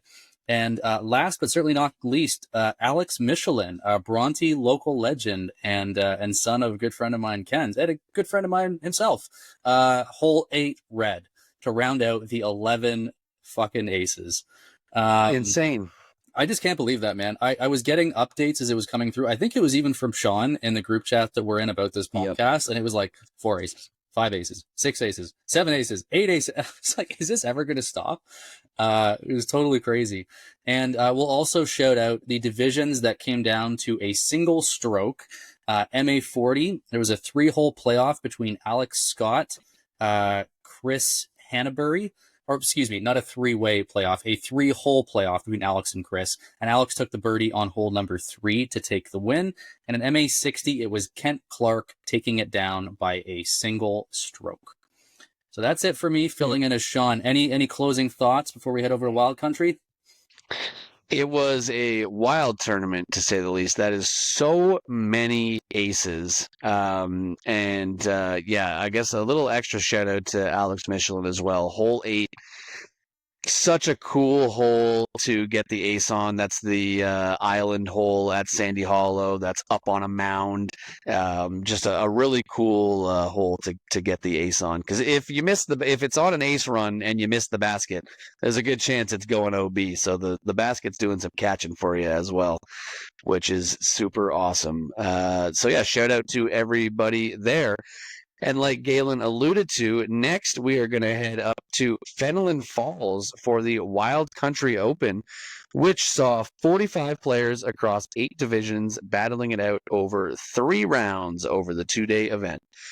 In FPO, Alicia Hums held a 4-stroke lead over Megan Donovan after round 1, and she maintained a 4-stroke lead after round 2, but this time over Alyssa Saunders after Alyssa went -8 on the last 7 holes, including an eagle on the 18th for a career best 925 rated -3 round to jump back into the mix.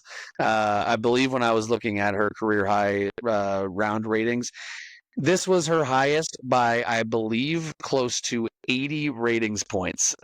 Absolutely smashing her previous highest. In the final round, Alicia was able to outlast the field, shooting the hot round by 5 strokes over the next best en route to a 10-stroke win, her 6th win of the season so far. Over an MPO, it was the other half of the Hums duo, Thomas, who held a 3-stroke lead over Jacob Mainville after round 1 after firing a bogey-free 1006 rated -10, and he was able to match that with another bogey-free -10 in round 2 to extend his lead to 8 strokes, now over Spencer Young in second place after Spencer also shot a -10 to jump up on the leaderboard. Thomas's lead was too much to overcome at that point, and he was able to coast to a 5-stroke win, his 4th of the season, with Jacob jumping back up into second and Spencer rounding out the podium in third. Galen, let's go over to you for some of your thoughts from this event, somewhere that, like you mentioned, you were actually at.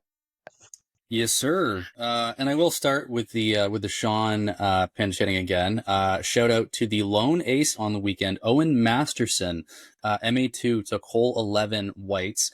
I was an inch away. I on hole 14 reds. I had a forehand that went off the basket on this 250 foot hole. Did pay the ace pot, did not make the ace. So shout out Owen.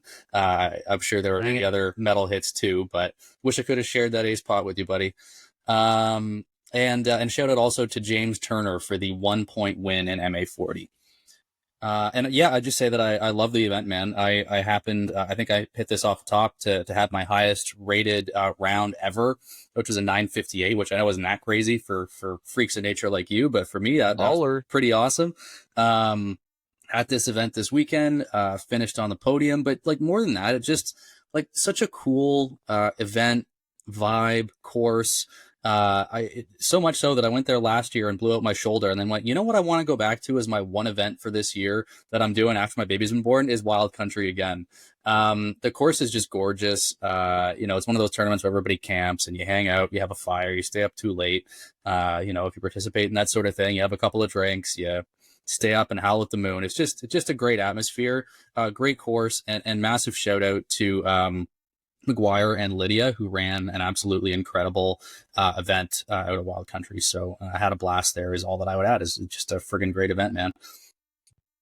Yeah, it looks like a blast of a time out at Wild Country. I am certainly hoping to be able to make it out next year. It's a busy time, busy things going on. Like I need to tell you that. Geez, you got way more things going on than me. Geez, I'm just gonna put my foot in my mouth there and move on to our next event, which after 9 events over 4 months that saw a total of 227 players, the Little Heisers Tour came to a close in Paris, Ontario at the Ontario Junior Championships, which saw 64 total juniors competing across 12 divisions from MJ and FJ 18 to MJ and FJ 6. So awesome to see such a diverse field there. And we're going to run through a little rapid fire on the winners here. In MJ 18, Nathan Brower took the win after shooting a scorching hot 1017 rated -13 to take down the win. Galen talking about his career high rated 950 or whatever. Ooh.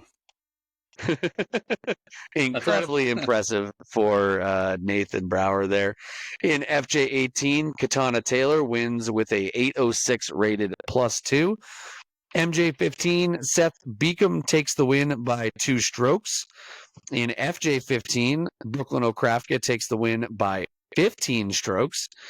In MJ 12, Malachi Jekt, sorry if I'm mispronouncing that, took it down by 1 stroke. In FJ 12, Zoe Zvonkin, that's a fun last name, wins by 17 strokes. In MJ 10, Xavier Segis won by 24 strokes. I apologize for any potential mispronunciations.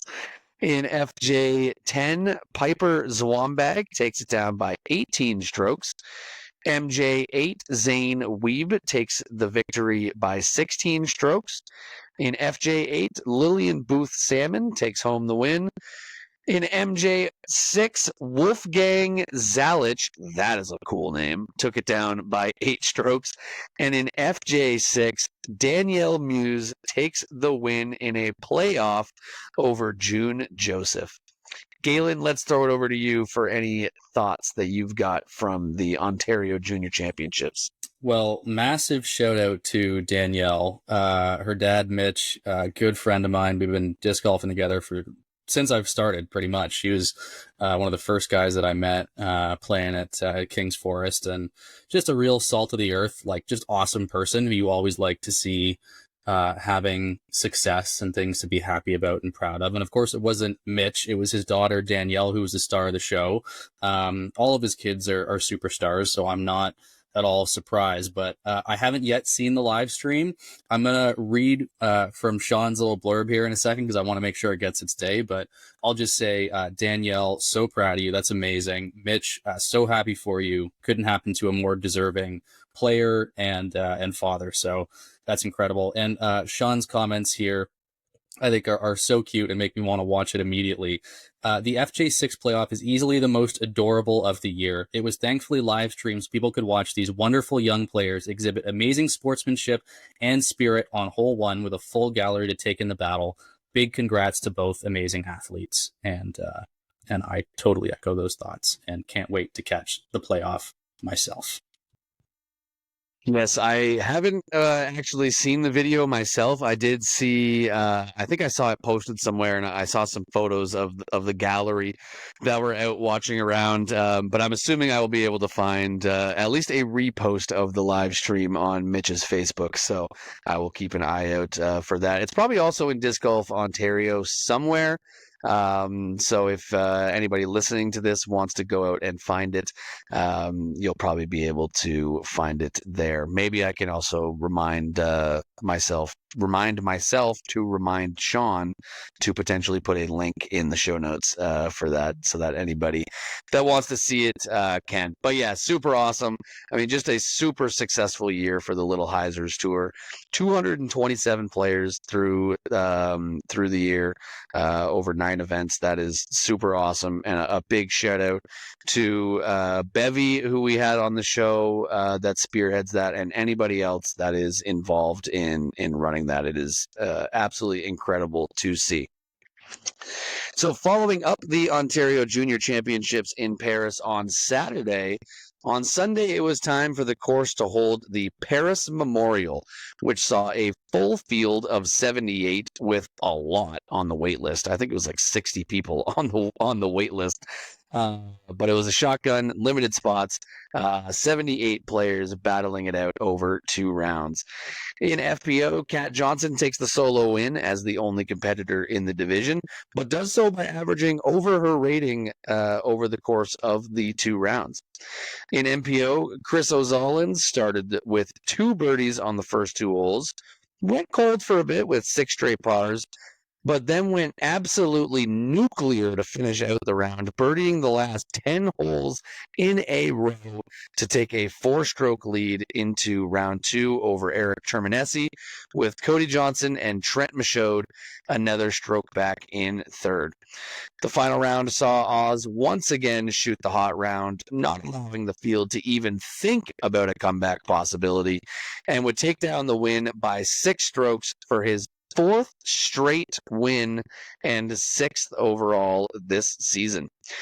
Over in the top amateur divisions, Brooklyn O'Kraftka followed up her Ontario Junior Championship win with a FA1 win, taking it down by 6 strokes over Taylor Quigley in second. And over in MA1, Jason Day, aka Sexy Santa in my eyes, one of my good buddies, held a 2-stroke lead over Mark Cronsberry, another awesome dude. The MA1 fields are just there. We're all awesome. Held a 2-stroke lead over Mark Cronsberry after round 1, but by the end of the final round, Mark had come back to send things into a playoff. In the end, though, Jason was able to take down the win on the first playoff hole for his very first MA1 win of his career, big congrats to Sexy Santa there. Good job out there, my man. All right, Galen, let's throw it over to you for any of your thoughts from the Paris Memorial. Yeah, just first would echo the comment that you made where, yeah, like it's pretty tough to find people in disc golf in Ontario that I'm not rooting for. Like you go through a tournament recap, Right. it's like, oh man, I really wanted him to win. Oh, but he's playing against this other guy that I love, or this other gal that I really love. Like it's tough to root for somebody almost because you want to root for everybody. So I'm totally with you. It's just sad that I missed this one. I obviously am not playing a ton of tournaments, as I've already said a few times this episode, for obvious life reasons. But if not for the fact that I was doing Wild Country this weekend, I think honestly Paris would have been really high on my list of tournaments to do this season. It's one of my favorite courses. It's got a great mix of different holes. It's beautiful, relatively close to home from you, which never hurts. And I always have a blast when I'm playing there. So sad that I missed out, and would love to play a future Paris Memorial when I have some more time on my hands. And I'll continue my Sean impression and shout out Patrick Robertson for acing hole number 1 whites, and shout out a couple of one-shot wins. David Cole taking it down by 1 stroke in MA40. FA2, Angelica Amoris beating Anna Goulet in a playoff by just the 1 stroke. And in FA3, Catherine May also winning by 1. And with that, back over to you, Robbie. Back over to you, Steve. I don't even know what that means. That was kind of weird. I don't even know who Steve is. But how about we keep on chugging, conductor? Keep on chugging. I like the sound of that. Yeah, it's unfortunate I had to miss the Paris Memorial this year as well. I signed up too late. Was one of the people stuck on the wait list. Yeah, it was obviously a very popular event. Maybe next year they can open that up, maybe do some tea times or something, make it 2 days so that more people can get in. Because obviously they have the supply to meet the demand with that many people on the wait list. But we are going to move on now to actually a rare Ontario preview, because we are just over 1 week from now, 511 total players across 21 divisions will be descending on 4 of Ontario's best courses for the 2025 Canadian Championship, which, just like the Rip at Hope Goat last year, is also a DGPT Q Series event. The pro fields are stacked again this year, with some high-rated Americans joining the field, including new friend of the pod, Jaden Rye, Jakub Semerad, and Ryan Mon in MPO, Paige Pierce and Taylor Chosek in FPO, and the legendary Philo Brathwaite competing in MP40. Of course, the divisions are loaded with Canadian talent as well, including Thomas Gilbert and Sophia Dunica, who are both looking to defend their national title from 2024, and Rebecca Dawn, who's looking to defend her title from the Rip last year, which is operating as nationals this year. Galen, we will do some picks, but first, let's throw it over to you. You got any thoughts or anything in terms of anticipation for this year's Canadian Nationals? The only thought that I have is an emotion is jealousy for anybody that gets to either play or spectate, because I will not be amongst you. I will be eagerly watching any coverage, any videos, any photos, any tweets, any messages from my friends that I get covering the Canadian Championship, because I wish that I could be there. Unfortunately, I have other obligations that weekend and cannot attend anything. So I'm going to be, just jealously watching things from my couch and bed, probably when I'm staying up too late after giving the baby a midnight feed. But, dude, this is so exciting. The fact that we have, such a couple of stacked fields, some really insanely talented players, some legends of the sport, in, FP40, FPO, MPO, just incredible. I think to watch some of these people shred, or I am sure it will be, and I would encourage anybody that can just get the hell out there. Like it's, why are you gonna miss out on this? There are so many things in life where I go, well, I'll just go do that next time. I remember back in 20 whatever the year was that we won We had Kawhi Leonard, and the Toronto Raptors did, and I went, you know what? I don't know if I can swing this championship parade. It's going to be insane. I'm a new basketball fan. I'll go to the next one. And guess what? There hasn't been a next one. Who knows when we're going to have Elaine King up next? We're going to have Philo up next. We're going to have Paige Pierce up next. We're going to have Sophia up next. Just get the hell out there if you can and enjoy the Canadian National Championship. I know I will be enjoying what I can from afar. Imagine a Leafs fan in 67 saying, you know what, I'll just watch the next one. You know, I can, and because Leafs fans, I feel like, receive and probably deserve very special and unique punishment from the universe. So with the Leafs, I can totally picture that. Other games, teams, players, maybe a little bit less. Anyway, we've had to throw in a little shot at the Leafs as a lifelong Habs fan myself. But we will not like move fellows on. and tangents. This is Miss Mando. We got to get back on track, Yeah. man. You should have like a little separate side episode that's literally just us chatting about whatever, just singing back and forth to each other and talking about Star Wars and stuff. Hey, Sean lets us have one kids table episode, and this is on him. Yeah, he's gonna be reviewing this part of the episode. It's just gonna be like, move along, you idiots.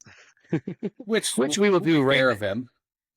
Yeah, I mean, to be fair, and we will oblige you, Sean, and move on right now. We are going to go into picks, and unfortunately, Shawnee G, if you're listening to this, which hopefully you are as the editor of the podcast, you will get third pick on both of these because you are not here to attend. But what we will do is, Galen, I will give you the number one overall pick on the MPO side, and then I will pick MPO, and then I'll go first on FPO, you go second on FPO, and then we'll let Sean know what our picks are, and he can choose from the rest what he would like.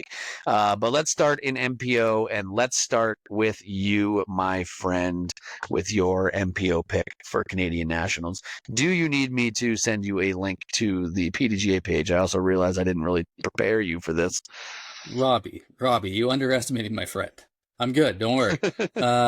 You know, Google is free. You were talking for a minute there. True. I got the page pulled up. We're good to go. I'm good at talking. Well, no, I should have muted my microphone for that. Oh, well, Sean, enjoy. Kids table. First off the board, I'm going to take friend of the pod, champ in his own right, Tommy G, Thomas Gilbert. Take him off the board. Yeah. Yeah. It's a great first pick. I knew you were going to do it too. Which means that I am going to go with, and I mean, really, I cannot bring myself, even though it is probably the smart choice with the ratings, I just can't bring myself to pick an American for the Canadian National Championship. But I've got no problem picking somebody from Czechia, and that is what I'm going to do. I'm going to pick Jakub Semerad. He is one of the highest rated in the field. I feel like I've seen his name on some leaderboards this year in European events. I think he's been over in the States on the Pro Tour as well. Yeah, he's played a lot on the Pro Tour this year. He's got some solid finishes, top tens. Oh yeah, you're right. That was in the playoff, wasn't it? All right, dude, you're testing my memory too much with that, but I know he came in second. I'm gonna look. Yep, that was in what started off as a three-way playoff between him, Maury Villman, and Ben Calloway, and Ben eventually won. I believe Maury dropped off after hole 1, and then I think Jakub and Ben went back and forth for like 5 holes, dueling back and forth. It was crazy. epic. But yeah, he's had some good performances this year, and I can't pick an American, but I'll go with the top-rated Czech in the field with Jakub Semerad. And I thought you were going a different direction. I thought you were going to go like, I was just waiting. Okay, he's going to take Eric Weeb, like Cam Zanini. Is he going Leyland? And then from Czechia, I was like, oh, never mind. That makes more sense. And we got to continue Sean's tradition of ensuring the person that is not present is given the lowest rated players in the MPO and FPO field. That's true. Because it has yielded some very interesting and actually at times positive results. So Sean is going to get Isaac Adams, 861 rated from Indian River, Ontario, and I expect him to do Sean quite proud. So that is our picks over on MPO. And Robbie, you are going to take the first pick in FPO. I was going to say a 2-horse race. I think it's honestly like a 6-horse race here. Like, it's so stacked. Dude, I honestly, I could see almost anyone in this field winning. So good luck with the first pick. I am not jealous that I don't get to make it. There are legitimately, I think, and no offense to anybody on this list, I'm not going to name names, but I think just looking at this, in a field of 13, there are legitimately 8 names that I could picture winning this event, which is crazy. Absolutely crazy. But with the first overall pick, we had a 5-time world champion on this show already tonight. There happens to be another 5-time world champion in this field. But I'm not going with her. I'm going with the hometown kid who's trying to defend her title from last year's Innova RIP, which is functioning as this year's Nationals. Of course, there are some other courses being played. It's not just on Hokegoat, but she's a local girl from the area, very familiar with this courses. She's won tournaments at Project 15 as well. I'm assuming she's also won at Newcastle. I think Cedar Creek's too new for her to have won there, but she might have done that as well. Honestly, I just don't know off the top of my head. And I'm going to go with the young gun, Rebecca Dawn. I friggin' love it. In contention for PDGA Rookie of the Year, Rebecca Dawn. To you, my friend. Yeah, basically at this point, she's in the running for PDGA Rookie of the Year because they do it based on PDGA points, and Ida Letamaki got a ton from finishing second at Worlds, but she basically has the Pro Tour Rookie of the Year all locked up because she's sitting in first, and second place is a European that is not coming over for the remainder of the year. So yeah, an incredible season for Rebecca. She is coming off of an amazing performance, and when we had Elaine on, I was like, I'm pretty sure it was the CCR Open when Elaine mentioned it. For some reason in my brain, I got unconfident in my own memory, but it was. Rebecca Dawn just finished second place at the CCR Open in an epic battle that came down to the last hole against Cat Merch. So she's playing fantastic. I think she's going to do great on these home courses, and I'm going to go with Rebecca Dawn. Heck yeah. Cannot even remotely fault you for that pick. I am totally with you. I think at least 8 names, maybe 9 names out of the 13, and who knows, maybe one of the ones that we're not thinking of could still find a way to take it down. Because everybody in this field is friggin' stacked. I'm curious how badly, like, this is where my head is at right now, is how badly is Sean gonna slap us for leaving a 5-time world champ on the board? Because I am not going to take Paige Pierce either. I'm going to go with friend of the pod, defending Canadian national champion, Sophia Dunica. Hey, no shade to Paige. I think she is probably the odds-on favorite, certainly by rating and by prestige and by just everything. But I got to go Sophia. Again, with the defending champ, the fact that she's Canadian, the fact that we know that she knows how to shred on Canadian courses, I got to go Sophia Dunica. And we are going to give Sean, of course, the third pick. And with that pick, he is going to take the player that is the lowest rated in the current field, which is, I just had it pulled up and now I've closed the page. I believe it is a friend of the show and friend of a me, Ontario, Anna Olin. Anna Olin.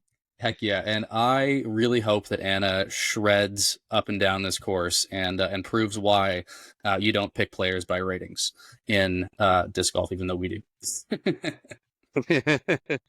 Yes, absolutely.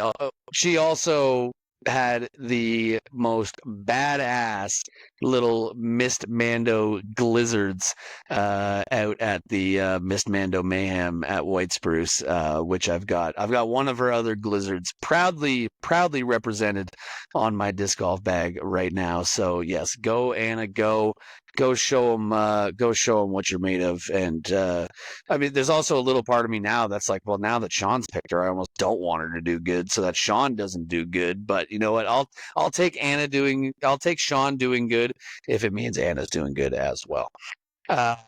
Galen, let's now, unless you've got anything else for Canadian Nationals, let's move on. Couple of quick little disc golf news topics to touch on. The 2026 Elite Series schedule was announced by the Disc Golf Pro Tour.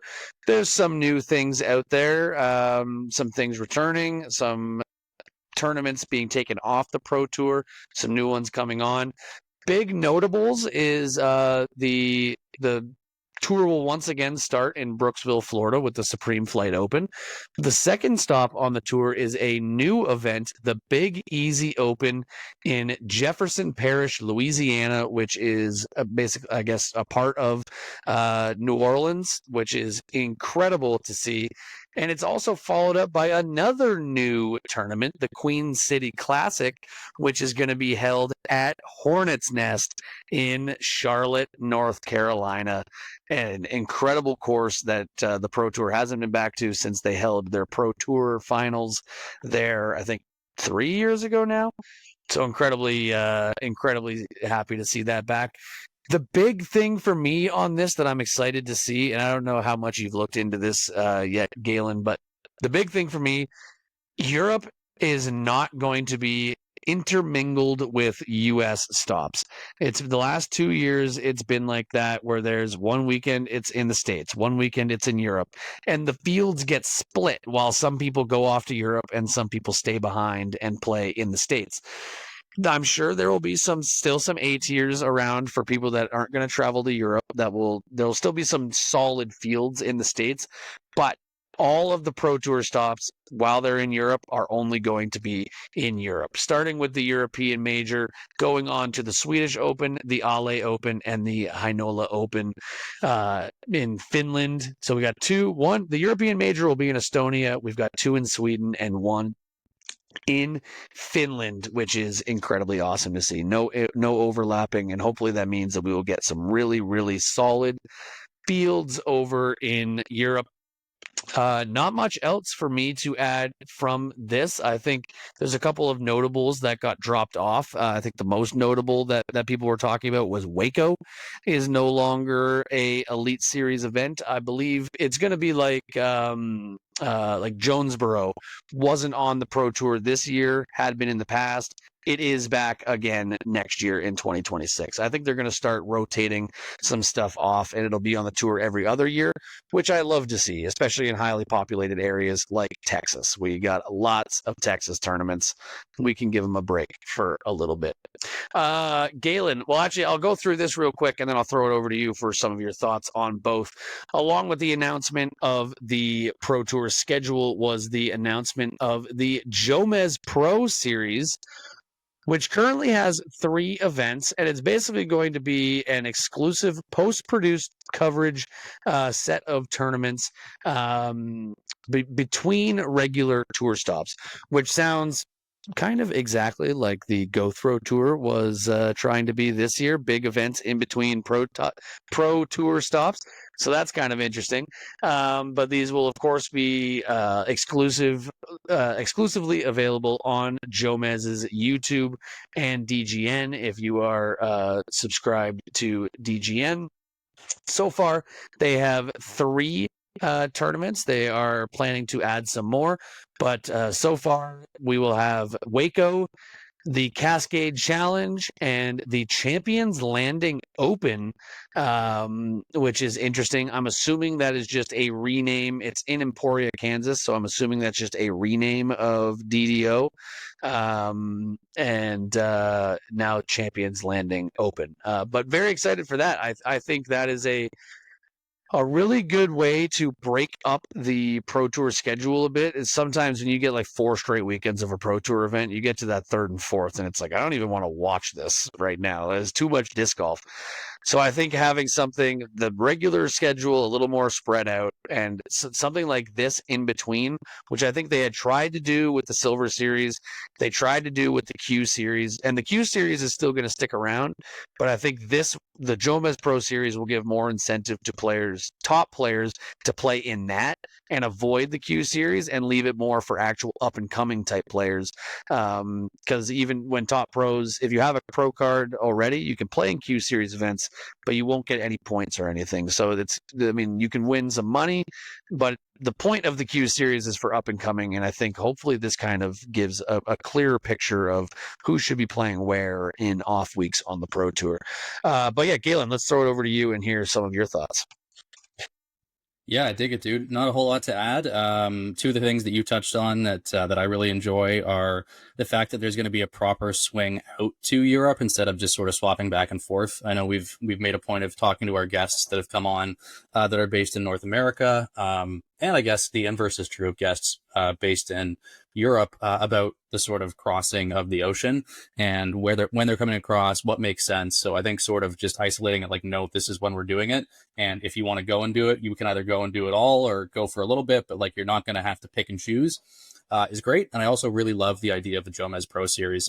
Like a lot of people, I think I first got into watching disc golf on Jomez. I was not obviously originally a subscriber to DGN and like watching events live. I was very much I will watch it on post the evening or the following day, and like in my group chats was like, no spoilers, I'm gonna see what happens on Jomez, I don't want you to friggin' tell me. So I really enjoy the post produced aspect, the showcasing some Jomez, and sort of like you were talking about, like adding a little bit of a clear, or at least a clearer break between maybe sort of what events make sense for what players to keep some of the fields more interesting and fresher. So, yeah, I'll sort of leave it there. But those are two things that I really enjoyed about those two bits of news. I also enjoyed the new events that we're going to start off with two out of the first 3 events are new in Queen City and Big Easy. Really cool that they're putting those right at the front of the tour calendar as well. So looking forward to those early next year. I'm really looking forward to seeing the Big Easy Open. It's a John Houck designed course, one of the best disc golf course designers in the world. Many top courses in the world designed by John Houck, including Hillcrest out in PEI, which at one point was the 3rd highest rated course in the world according to UDisc.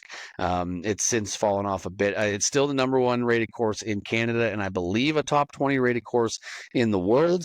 So still an incredible property out there, and yeah, designed by John Houck, who is the designer of the course for that tournament. So super excited, and I mean, it's crazy to think that like I'm kind of excited about next year when this season's still going on. We still got stuff to finish up, including our next recap, which saw the DGPT returning once again to Burlington, Kentucky for one of the longest running staples on the tour, the LWS Open at Idlewild. In FPO, Owen Scoggins, the dog, continues her streak of hot play, dominating the field with a 1,002 event average en route to a 7-stroke win, giving her now 1 Elite Series and 1 major win this season, and starting to add her name to the Player of the Year discussion if she can keep playing like this. Missy Gannon gets her 4th podium of the year with a 2nd place finish, and Val Mondahanu backs up her Ledgestone win with another solid performance, finishing in 3rd.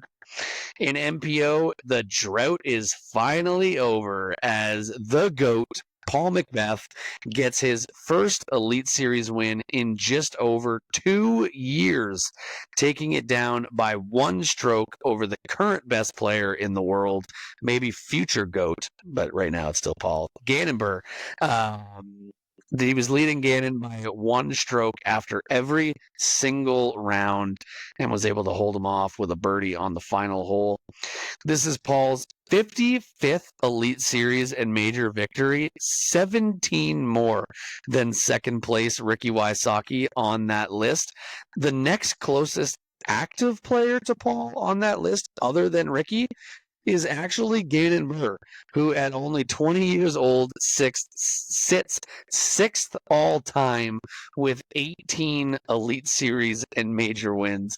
Absolutely insane for Gannon to be there already at such a young age, but still has a little while to go to catch the GOAT and his 55 Elite Series and major wins. Galen, let's throw it over to you for some of your thoughts from the LWS Open at Idlewild. Old age and treachery will always beat youth and enthusiasm. I love seeing the OGs taking down both divisions. I mean, not just Paul. I mean, it's not like we think of Own necessarily as like an OG. She's had a lot of time to shine, especially this season and last. One of the highest rated players still in FPO, but the fact that we have 2 players that are at different parts in their career arcs that are saying, hang on here a second, young guns. You still got to contend with us before you're going to punch through to the next level. And I love that Paul is surrounded in the leaderboard by like all those young guns. It's Gannon in second, Cole Radallen in third, Kyle Klein in fourth. I think if you combine the age of like Gannon and Kyle, I don't think that's far off of Paul. I don't know what the actual separation is, but probably almost the same age as both of them put together. And, still is able to take one down. I mean, it's crazy that it's been as long as 2 years, and also crazy that it's only been 2 years since Paul took something down. It feels like it's been forever, and yet it also feels like it's like he's still here to hang. He's showing that he's here to stay, showing that the GOAT ain't going quietly into this good night. So just love seeing who took the tournaments down, and love seeing the old dogs proving they can learn some new tricks. It was really awesome too to see Paul out there, and from what I understand, it was just happenstance that Hannah and their son were there. I think they were supposed to have like family plans, but those fell through, so they ended up actually being at the tournament with him. So as soon as Paul tapped in, went immediately over to them, holding his son. Is the first time his son has seen his dad win. Paul hadn't won since he had his son, and they were there for it. Just an incredibly beautiful moment on the course to see that. And I feel like when I first was getting into watching pro disc golf was like 2016, 2017, McBeast at its height, just domination, was winning everything. And it got to a point where I started to get sick of it. I mean, it's just with like how people are with the Kansas City Chiefs now. You don't want to see him win anymore. But I feel like I've started to have like a 2019 Tiger at the Masters type of rebound with Paul, where now I was rooting for him. I was hoping he was going to win.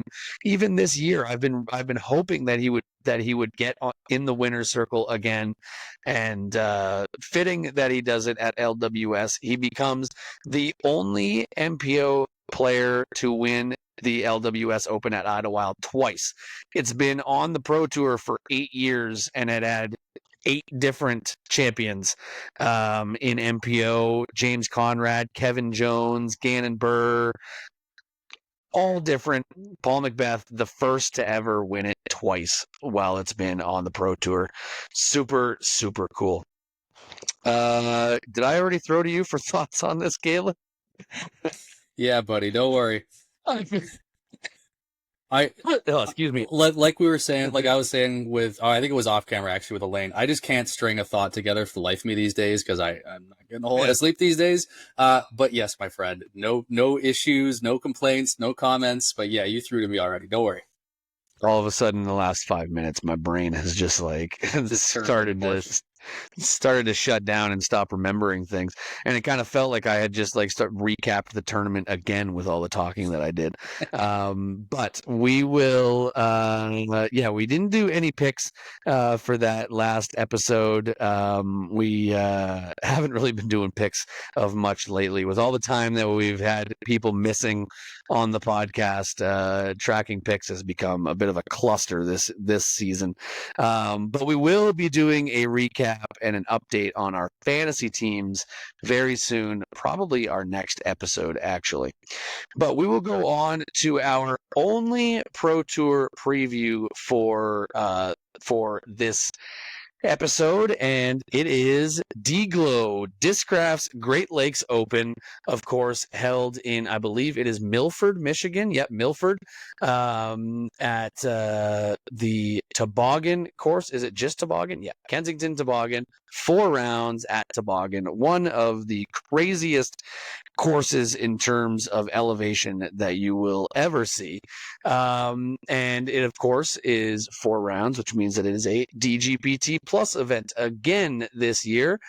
Last year saw Gannon Burr taking it down. I think I could pull up the full scoreboard here. Yeah, Gannon Burr took it down by 2 strokes over Isaac Robinson and Ricky Wysocki, tied for second, with Evan Smith sitting in solo 4th.